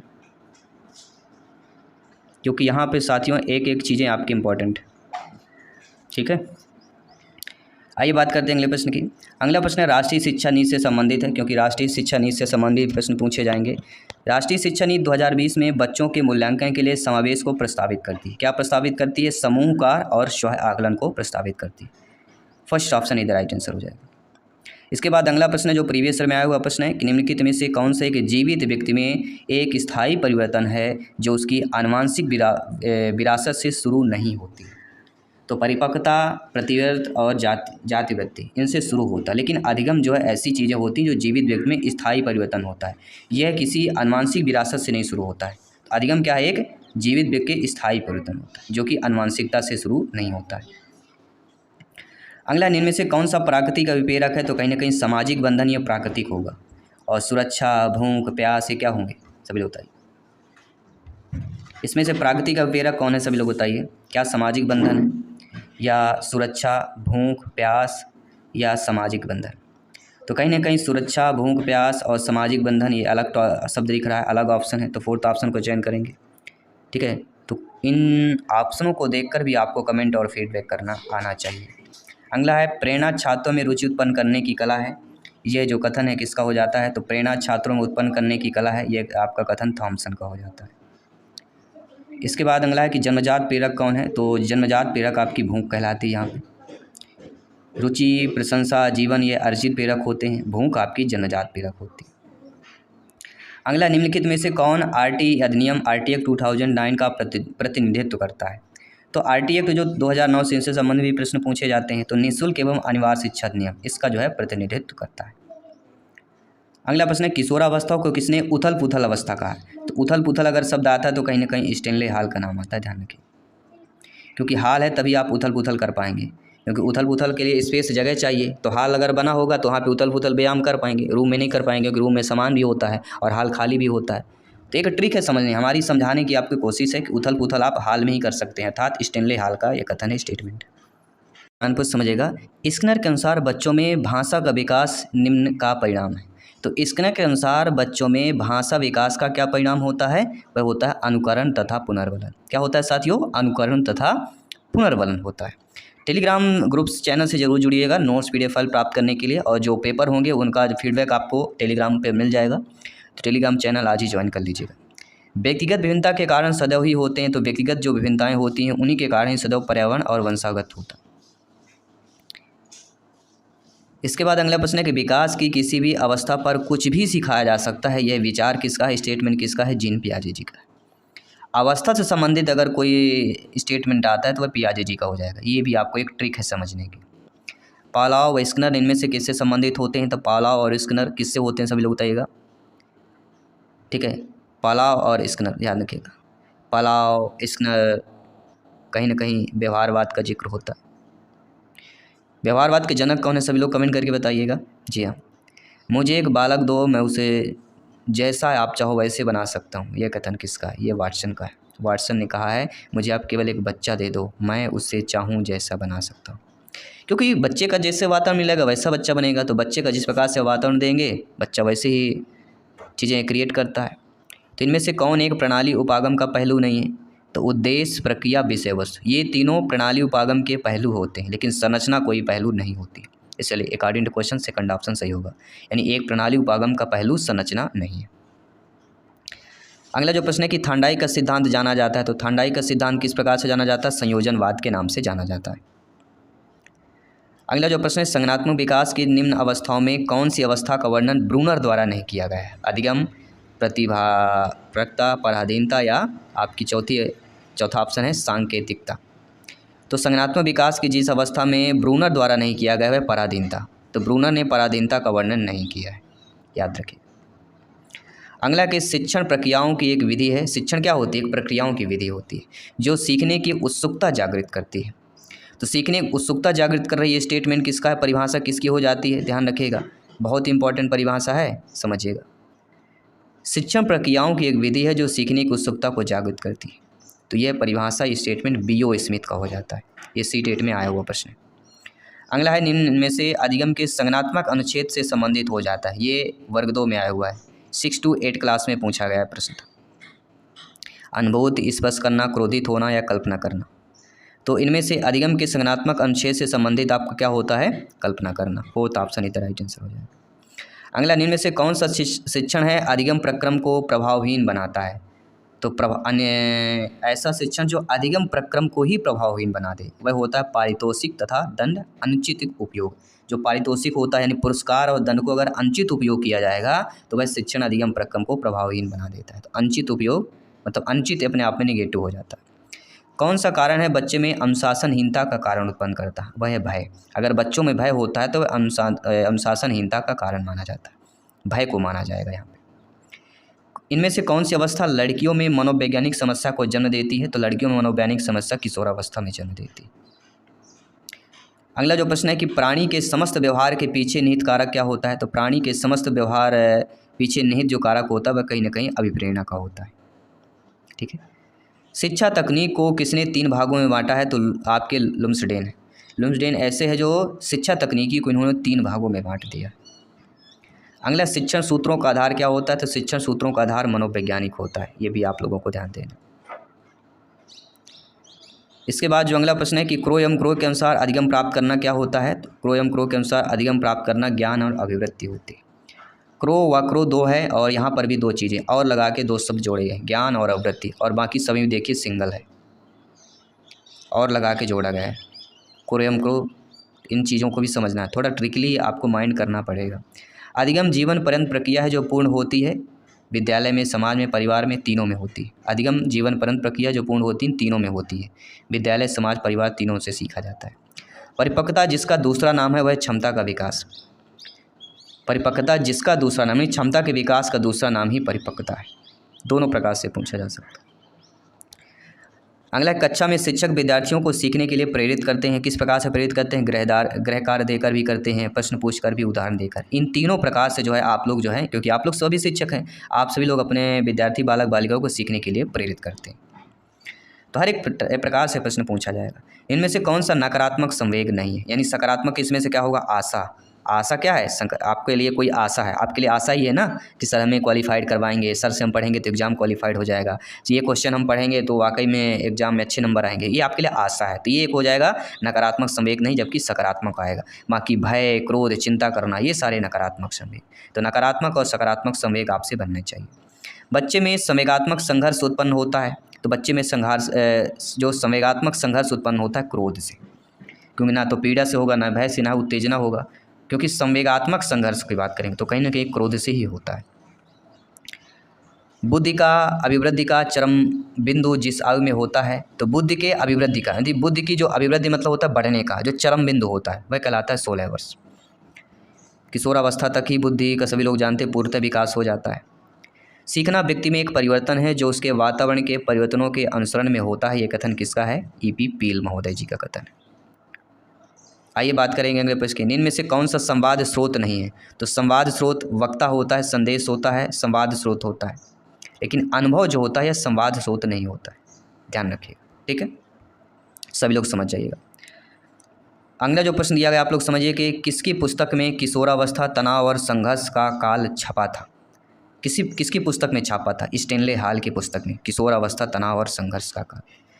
कोई बच्चा नवीन व्यवहार को खोजता है, तो कोई बच्चा नवीन व्यवहार को खोजता है सीख कर खोजता है। भाई खोजेगा तो कहीं ना कहीं आप सीखेंगे, तभी आप खोज पाएंगे नवीन व्यवहार को, ठीक है। तो इन चीज़ों को भी सभी को समझना है और फीडबैक करना है अच्छे तरीके से, ध्यानपूर्वक समझना है, ठीक है। चलिए आइए बात करते हैं अगले प्रश्न की कि वह कारक जो व्यवहार में स्थायी परिवर्तन लाता है वह कौन सा कहलाता है? तो ऐसा कारक जो व्यवहार में आपके स्थायी परिवर्तन लाए, तो कहीं ना कहीं वह आपका परिपक्वन कहला जाता है। थर्ड ऑप्शन आपका यहाँ पे सही हो जाता है, ठीक है। तो सभी लोगों को अच्छे तरीके से समझना है और सभी को अच्छे तरीके से फीडबैक भी करना है, क्योंकि यहाँ पर साथियों एक एक क्वेश्चन आप सभी के लिए इंपॉर्टेंट है। अगला प्रश्न है, शिक्षा के क्षेत्र में इनमें से सबसे महत्वपूर्ण कौन सा होगा? शिक्षा के क्षेत्र में, क्योंकि आप सभी लोग भी शिक्षा से जुड़े हुए हैं, तो आप सभी लोगों को बताना है कि शिक्षा के क्षेत्र में सबसे महत्वपूर्ण यहाँ पे क्या होगा। ऑप्शंस आपकी स्क्रीन पर दिए गए हैं और सभी को ध्यानपूर्वक समझना है और फीडबैक करना है। तो शिक्षा के क्षेत्र में सबसे महत्वपूर्ण कहीं ना कहीं जो होता है वह होता है शिक्षार्थी, क्योंकि शिक्षार्थी जो होगा, जो ज्ञान ग्रहण करने वाला ही नहीं होगा तो क्या करेंगे, ठीक है। तो शिक्षार्थी सबसे 20वीं शताब्दी बच्चे की शताब्दी कहलाती है, किसने कहा है? तो क्रो ने कहा है 20वीं शताब्दी, क्योंकि शताब्दी 2 बार आई हुई है और क्रो 2 बार आया हुआ है। तो ये ट्रिक भी आपको समझना है। अगला प्रश्न है, अधिगम को प्रभावित करने वाले शिक्षक से संबंधित कारक क्या होगा? तो अधिगम को प्रभावित करने वाला शिक्षक से संबंधित जो कारक होता है वह होता है प्रस्तुतिकरण। फोर्थ ऑप्शन इधर राइट आंसर हो जाता है। अगला का शिक्षा मनोविज्ञान है, तो शिक्षा मनोविज्ञान किसका है? मानक विज्ञान, अनुप्रयुक्त विज्ञान या विशुद्ध विज्ञान। तो शिक्षा मनोविज्ञान जो होता है ना मानक होगा, ना ही अनुप्रयुक्त, ना ही विज्ञान, इनमें से कोई नहीं होगा। शिक्षा मनोविज्ञान किसका होता है? यानी शिक्षा मनोविज्ञान से संबंधित आते हैं। शिक्षा मनोविज्ञान किससे संबंधित होता है? अधिगमकर्ता से होता है, अधिगम प्रक्रिया से होता है, अधिगम स्थितियों से होता है, अर्थात इन उपरोक्त सभी से होता है। तो शिक्षा मनोविज्ञान अब आपने समझ लिया, क्योंकि इस टॉपिक से प्रश्न आते हैं। श्रृंखला अधिगम किससे संबंधित होती है? तो श्रृंखला अधिगम जो है प्रोफेसर आपके गेने से संबंधित हो जाती है। सेकंड ऑप्शन जो है आपको जो दिया गया है वह आपका सही हो जाएगा। मनोविज्ञान में व्यवहारवाद का प्रतिपादन करने वाले कौन हैं? तो मनोविज्ञान में व्यवहारवाद का प्रतिपादन करने वाले आपके जेबी वाटसन है। ये हमने पूछा भी आपसे, अब आपका उत्तर भी जान लीजिए जो उनको नहीं पता होगा। अधिगम का निष्पादन क्या कहलाता है? तो अधिगम का निष्पादन अभिवृत्ति कहलाती है, ज्ञान कहलाता है, कौशल कहलाते हैं, अर्थात ये सभी कहलाते हैं। अगला है, निर्मितवाद के अनुसार एक अध्यापक को मुख्य भूमिका कैसी निभानी चाहिए? तो निर्मितवाद के अनुसार देखा जाए एक अध्यापक को सहजकर्ता का जो है मुख्य भूमिका निभानी चाहिए, सहजकर्ता के रूप में। सृजनात्मकता की विशेषता क्या होती है? तो सृजनात्मकता की विशेषता होती है मौलिकता, प्रभावशीलता, लचीलापन। उपरोक्त सभी ऑप्शन इधर राइट आंसर हो जाए। अगला जो प्रश्न है, विद्यार्थियों की तनाव संबंधी समस्या दूर की जा सकती है। तो विद्यार्थियों के जो तनाव संबंधी समस्या होती है वह किस प्रकार से आप लोग दूर कर सकते हैं? निर्देशन और परामर्श के द्वारा जो है दूर किया जा सकता है। Third option is the right answer. अगला जो प्रश्न है कि इनमें से कौन सी अनुदेशन सामग्री नहीं? तो छपी सामग्री, ट्रांसपेरेंसी, ऑडियो कैसेट, ये तीनों क्या है? अनुदेशन सामग्री कहलाती है। लेकिन जो ओवरहेड प्रोजेक्टर होता है ये अनुदेशन सामग्री नहीं होती और इनको पहचानना बहुत जरूरी है क्योंकि इनसे संबंधित आपके एग्जाम में प्रश्न पूछे जाते हैं। किसने सामाजिक निर्मितवाद के सिद्धांत पर अधिक बल दिया है? पियाजे जी, कोहलबर्ग, वाइगोस्की या कोयलर है? तो अगर कहीं ना कहीं सामाजिक निर्मितवाद के सिद्धांत का बात आता है, सामाजिक शब्द का संबंध किससे होता है? कई बार बता चुका हूँ, वाइगोस्की से। Third option is the right answer हो जाए। अगला है मनोविश्लेषण सिद्धांत का प्रतिपादन जिन्होंने किया है वह कौन है? तो सभी लोग जानते हैं मनोविश्लेषण सिद्धांत का एक ही आपके हैं और वह दोस्तों सिगमंड फ्रायड जी, जो अक्सर एग्जाम में पूछा जाता है। अगला, निम्न में से किसको अधिगम के सिद्धांतों पर अग्रणी कार्य के लिए नोबेल पुरस्कार दिया गया? जी हाँ, अधिगम के सिद्धांत में कैसा अग्रणी कार्य करने पर नोबेल पुरस्कार मिला? वह ईपी पावलोव। पावलोव का सिद्धांत आपने पढ़ा होगा, पावलोव, ठीक है, जरूर पढ़ा होगा। पावलोव ने किस पर प्रयोग किया है? कुत्ते पर प्रयोग किया है। निम्नलिखित में से कौन सा जो है संज्ञानात्मक समग्र आकृति मनोवैज्ञानिक नहीं है? तो कर्ट लेविन, कोहलर, वर्दीमर, ये तीनों संज्ञानात्मक समग्र आकृतिक मनोवैज्ञानिक है लेकिन टालमैन नहीं, क्योंकि ये टाल देते हैं। क्योंकि समग्र आकृति मनोवैज्ञानिक टालमैन नहीं, क्योंकि ये टाल देते हैं। अगला है, जिस प्रक्रिया में व्यक्ति दूसरों के व्यवहार को देखकर सीखता है, ना कि प्रत्यक्ष अनुभव उनको क्या है? देखिए, प्रत्यक्ष अनुभव को देख के ना सीखे, दूसरों के व्यवहार को देखकर सीखे, उसी को ही सामाजिक अधिगम कहते हैं। क्योंकि समाज में क्या किया जाता है? एक दूसरे का देख सुन के किया जाता है। ठीक है, अगला जो प्रश्न देखिएगा, वह प्रक्रिया जिसमें प्रक्रियाओं की संरचना एवं निष्पादन विद्यार्थी के व्यवहार में परिवर्तन के लिए किया जाता हो, और वह कहलाती है शिक्षण। क्योंकि शिक्षण के द्वारा ही विद्यार्थी में परिवर्तन लाया जा सकता है, उसके व्यवहार में परिवर्तन किया जा सकता है। इनमें से कौन सा कारक थर्नडाइक के अधिगम को सुमेलित नहीं करता है? तत्परता का, अभ्यास का, प्रभाव के तीनों थर्नडाइक के मुख्य नियम, लेकिन गुणवत्ता का आपका नहीं है, ये सुमेलित नहीं होगा। और ऐसे ही एग्जाम में प्रश्न आएंगे, उनसे रिलेटेड उदाहरण दिए जाएंगे और पूछे जाएंगे। किस सिद्धांत को क्षेत्रीय सिद्धांत के नाम से भी जाना जाता है? तो समग्रवाद का सिद्धांत या समग्र का सिद्धांत क्षेत्रीय सिद्धांत के नाम से भी जाना जाता है। सभी लोग समझ गए? आइए बात करते हैं अगले प्रश्न की। प्रत्न एवं त्रुटि सिद्धांत के प्रतिपादक कौन है? EP Pavlov, Thorndike, Skinner, Kohler. और ये चार ऐसे मनोवैज्ञानिक है, अक्सर एग्जाम इनसे रिलेटेड एग्जाम में प्रश्न जो है पूछा ही जाता है। तो अगर आपके पेपर एग्जाम में प्रत्न और त्रुटि के सिद्धांत पूछा जाएगा तो कहीं ना कहीं थर्नडाइक का नाम आता है। थर्नडाइक ने किस पर प्रयोग किया था? सभी लोग बताइएगा। बिल्ली। अगला प्रश्न है, मानसिक आरोग्य विज्ञान एक विज्ञान है जो कि मानवीय संबंध में संबंध है, यह किसने कहा है? फ्रॉयड, स्किनर, कोरमक्रो या थॉर्नडाइक? सभी लोग बताइए। मानसिक आरोग्य विज्ञान एक विज्ञान है जो कि मानवीय संबंध से संबंध है, किसने कहा है? ये आपको कमेंट करके बताना है। और ये टॉप 100 क्वेश्चंस आपको कैसे लगे ये भी आपको कमेंट करके फीडबैक करके बताना है। बाकी सभी practice set, practice paper, model paper चल रहे हैं, सभी लोग ज्वाइन कीजिए, प्रिपरेशन को मजबूत कीजिए। और जिनको भी टॉपर नोट्स चाहिए तो टॉपर नोट्स का भी ऑफर चल रहा है 299 में। जो आपके मैसेज करेंगे, जो सब्जेक्ट अभी अवेलेबल हैं वो सारे सब्जेक्ट आपको 299 में मिल रहे हैं, जिसमें आपके समस्त पेडागोजी के 1000 MCQ शामिल रहेगा। इसके साथ साथ हिंदी का टॉपर नोट्स मिलेगा, संस्कृत लैंग्वेज की टॉपर नोट्स मिलेगी। दोस्तों बात करेंगे पेडागोजी मोस्ट इंपॉर्टेंट 100 क्वेश्चंस की बात करेंगे। प्रश्न 1 लाइनर रहेंगे लेकिन बहुत इंपॉर्टेंट एग्जाम की दृष्टि से। जी हाँ दोस्तों, एग्जाम की दृष्टि से A to Z बहुत ही आपका इंपॉर्टेंट होने वाला है। खासतौर सीटेट जुलाई 2024 की बात करें तो क्या आप सभी लोग तैयार हैं इन महत्वपूर्ण 100 क्वेश्चन को अटेंड करने के लिए? कम समय में A to Z आपकी प्रिपरेशन होगी और A to Z प्रिपरेशन के साथ 10 नंबर आपके पक्के करने वाली वीडियो है। तो चलिए शुरुआत करते हैं, जिसमें से पहला प्रश्न आपके स्क्रीन पर है। दोस्तों प्रश्न दिया गया, पर्सनालिटी शब्द की उत्पत्ति किस भाषा से हुई है, किस शब्द से हुई है? तो पर्सनालिटी शब्द की उत्पत्ति पर्सोना लैटिन भाषा से हुई है। इसके बाद प्रश्न पूछा जाता है, पर्सोना शब्द का अर्थ क्या होता है? पर्सोना शब्द का अर्थ बाहरी नकाब या वेशभूषा होता है। इसके बाद अगला मोस्ट इंपॉर्टेंट क्वेश्चन है आपका, TAT परीक्षण क्या होता है? जी हाँ दोस्तों, TAT परीक्षण ये दोस्तों एक व्यक्तित्व मापन की प्रकृति विधि होती है। इसके बाद अगला प्रश्न है, TAT में कुल कितने कार्ड होते हैं? तो TAT में कुल 31 कार्ड होते हैं। अगला प्रश्न है, मनोज गुणों का वह गया गत्यात्मक संगठन है जो पर्यावरण के प्रति होने वाले इसके पूर्व संयोजन का निर्धारण करता है, ये किसने कहा है? आलपोर्ट ने कहा है। अगला है, RB कैटल ने व्यक्तित्व का मापन किस आधार पर किया है? तो शील गुणों के आधार पर किया है। सभी कमेंट कीजिएगा मेरे प्यारे प्यारे भाइयों की, प्यारी प्यारी बहनें, गृहिणी जिनका सपना है इस बार CTET एग्जाम को फतेह करना। दोस्तों मास्टर ग्लैंड किस ग्रंथि को कहा जाता है? तो पीयूष जो ग्रंथि होती है इसको मास्टर ग्लैंड ग्रंथि कहा जाता है। रोसा स्याही धब्बा परीक्षण में प्रयुक्त कार्डों की संख्या कितनी होती है? तो 10 होती है। जी हाँ, जो रोसा स्याही धब्बा परीक्षण होता है इसमें जो प्रयुक्त कार्ड होते हैं इनमें संख्या 10 होती है। किसके अनुसार व्यक्तित्व जन्मजात और अर्जित प्रवृत्तियों का योग होता है? तो वैलेंटाइन। जी हाँ, वैलेंटाइन का कहना है कि व्यक्तित्व जो है जन्मजात और अर्जित प्रवृत्तियों का योग होता है। इसके बाद है मूल्यों के आधार पर व्यक्तित्व का वर्गीकरण किसने किया? जी हाँ, व्यक्तित्व का वर्गीकरण मूल्यों का आधार करने वाले आपके और कोई नहीं, स्प्रेंगर ने किया है। इसके बाद अगला प्रश्न है, जुंग ने व्यक्तित्व के कितने प्रकार बताए हैं? तो इन्होंने व्यक्तित्व के जो है 3 प्रकार बताए हैं। अगला है, व्यक्तित्व की संरचना विक्रम और किसका सम्मिलित योगदान है? तो ये दोस्तों पर्यावरण का। अगला प्रश्न है, एकांत प्रिय, कल्पनाशीलता, चिंतनशीलता व्यक्ति की किस प्रकार की अभिव्यक्ति व होते हैं? जो व्यक्ति एकांत प्रिय होता है, अकेला रहता है, कल्पनाशील होता है, चिंतन अकेला करता है, किसी व्यक्ति से शेयर नहीं करता, ऐसे अभिव्यक्ति वाले लोगों को ही अंतर्मुखी कहा जाता है और काफ़ी घातक भी होते हैं। किस विचारक की दृष्टि से व्यक्तियों को 3 भागों में बांटा गया? तो थार्नडाइक के द्वारा। थार्नडाइक ऐसे विचारक हैं, इन्होंने व्यक्तियों को 3 भागों में बांट डाला। अंतर्मुखी बहिर्मुखी दोनों प्रकार की प्रवृत्तियों में पाए जाने वाला व्यक्तित्व होता है वह होता है उभयमुखी। उभयमुखी वाला व्यक्तित्व ऐसा होता है जिसमें अंतर्मुखी और बहिर्मुखी दोनों प्रकार की प्रवृत्तियां जो है पाई जाती हैं, वह होता है उभयमुखी वाला व्यक्ति।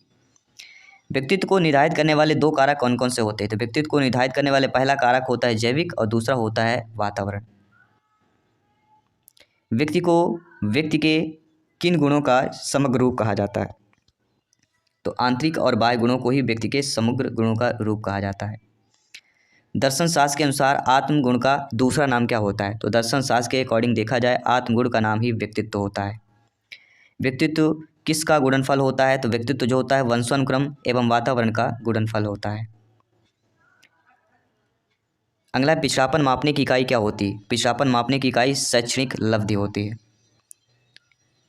इसके साथ साथ अगला प्रश्न सभी लोग कमेंट करते रहिए, फीडबैक करते रहिएगा, प्रश्न आपको कैसे लगे। किस प्रकार के बालकों की बुद्धि लब्ध 85 होती है? देखिए दोस्तों, जो पिछड़े बालक होते हैं उनकी जो बुद्धि लब्ध होती है वह 85 के आसपास होती है, जो बालक पिछड़े होते हैं, क्योंकि 91 से लेकर 109 तक फिर वह समान बुद्धि वाले व्यक्ति कहला जाते हैं। व्यक्तिगत विभिन्नता शब्द का प्रयोग किस मनोवैज्ञानिक ने किया है? तो गाल्टन ने। गाल्टन एक ऐसे मनोवैज्ञानिक है जिन्होंने व्यक्तिगत विभिन्नता शब्द का प्रयोग किया है। व्यक्तिगत भिन्नता का कारण बताना है, तो व्यक्तिगत भिन्नता में कुछ वंशानुक्रम कारण होते हैं, कुछ वातावरण भी होता है, जाति, प्रजाति, संस्कृति, राष्ट्र, परिपक्वता, आयु, लिंग, ये सारे रीजन होते हैं व्यक्तिगत भिन्नताएं। यानी आप और हमारे में जो विभिन्नताएं पाई जाती हैं ये सारे रीजन है, कारण है। अगला है NIVH क्या है या इसका पूरा नाम क्या है? तो national institute of visually handicapped, इसको ही NIVH बोला जाता है। NIVH कहाँ स्थित है? तो ये आपके देहरादून में स्थित है। इसके साथ ही NIVH का पूरा नाम हम पढ़ ही चुके हैं, नेशनल इंस्टीट्यूट ऑफ। NIOH का अभी हमने VH का नाम पढ़ा था, लेकिन NIOH का पूरा नाम पढ़ना है, national institute of orthopaedic handicaps. और NIOH ये कहाँ स्थित है? यह कोलकाता में है।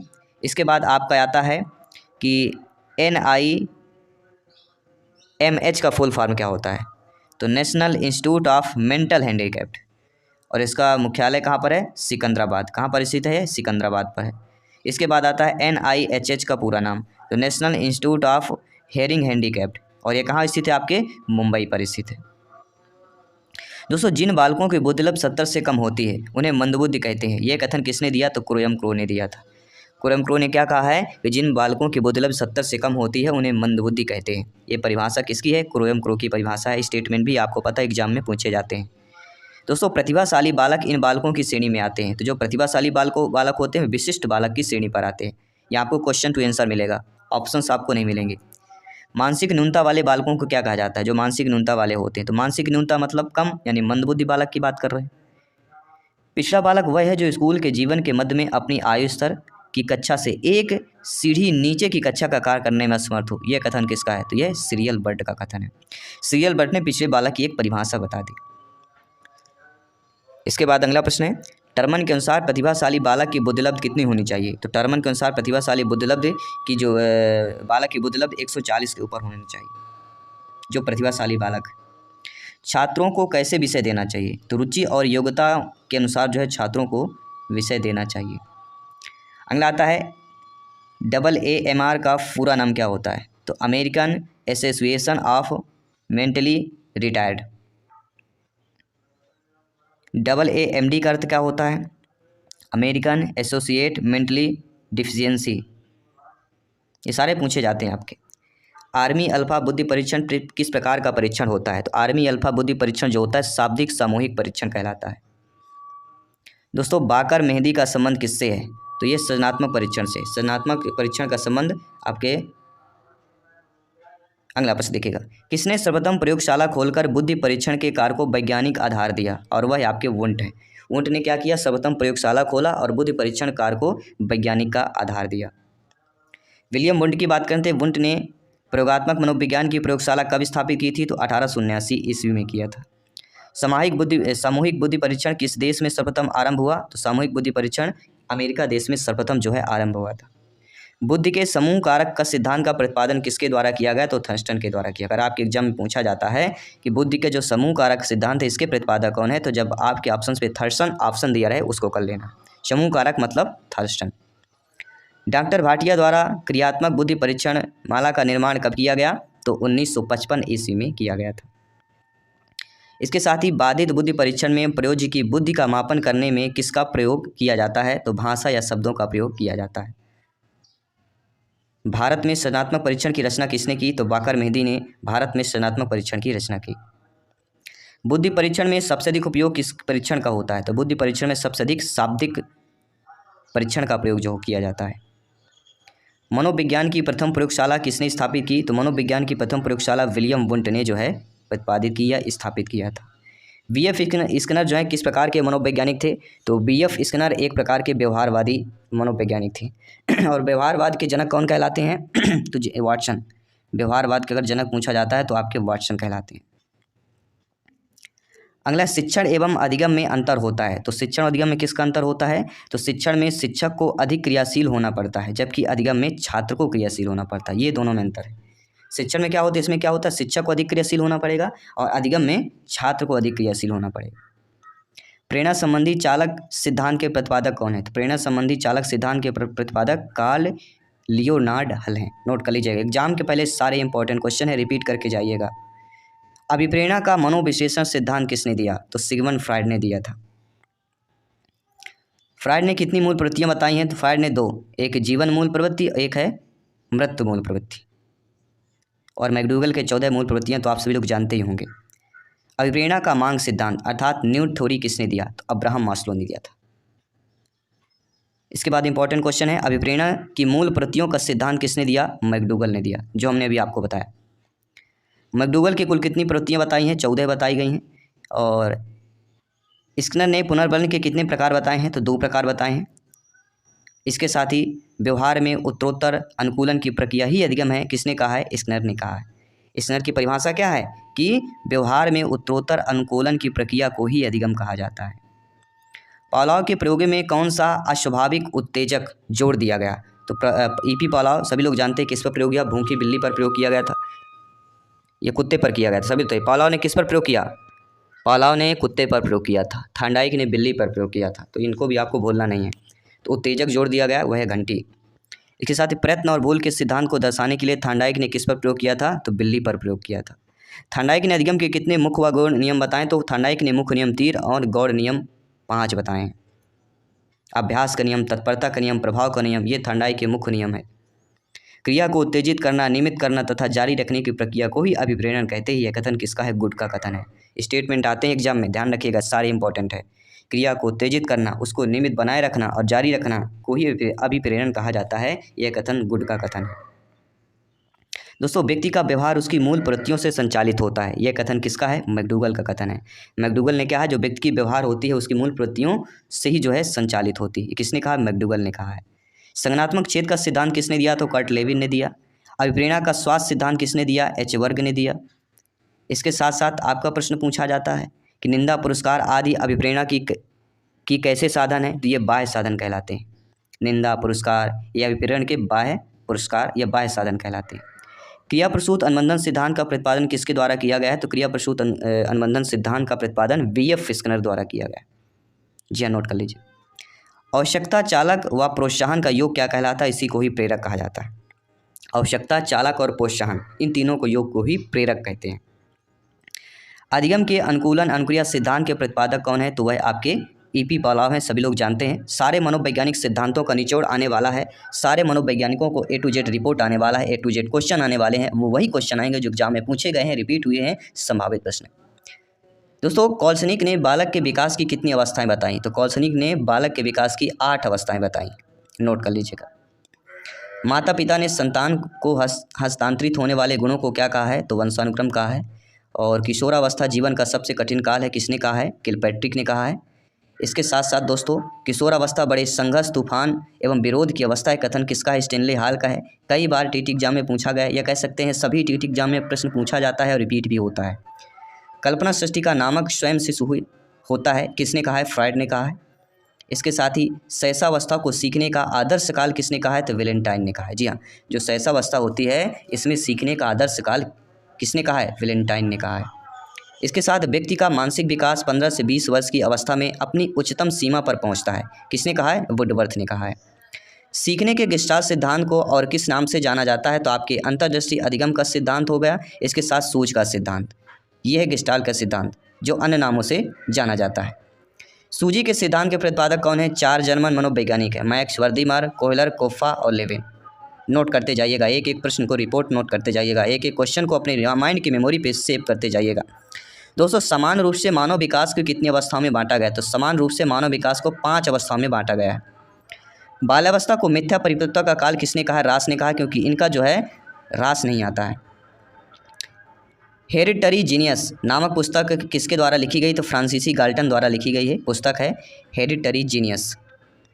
इसके साथ ही अपेक्षित अधिगम स्तर की संकल्पना किस राष्ट्रीय शिक्षा नीति ने की है? वह राष्ट्रीय शिक्षा नीति 1986 है। और सबसे इंपॉर्टेंट प्रश्न है दोस्तों कि बुनियादी शिक्षा के जनक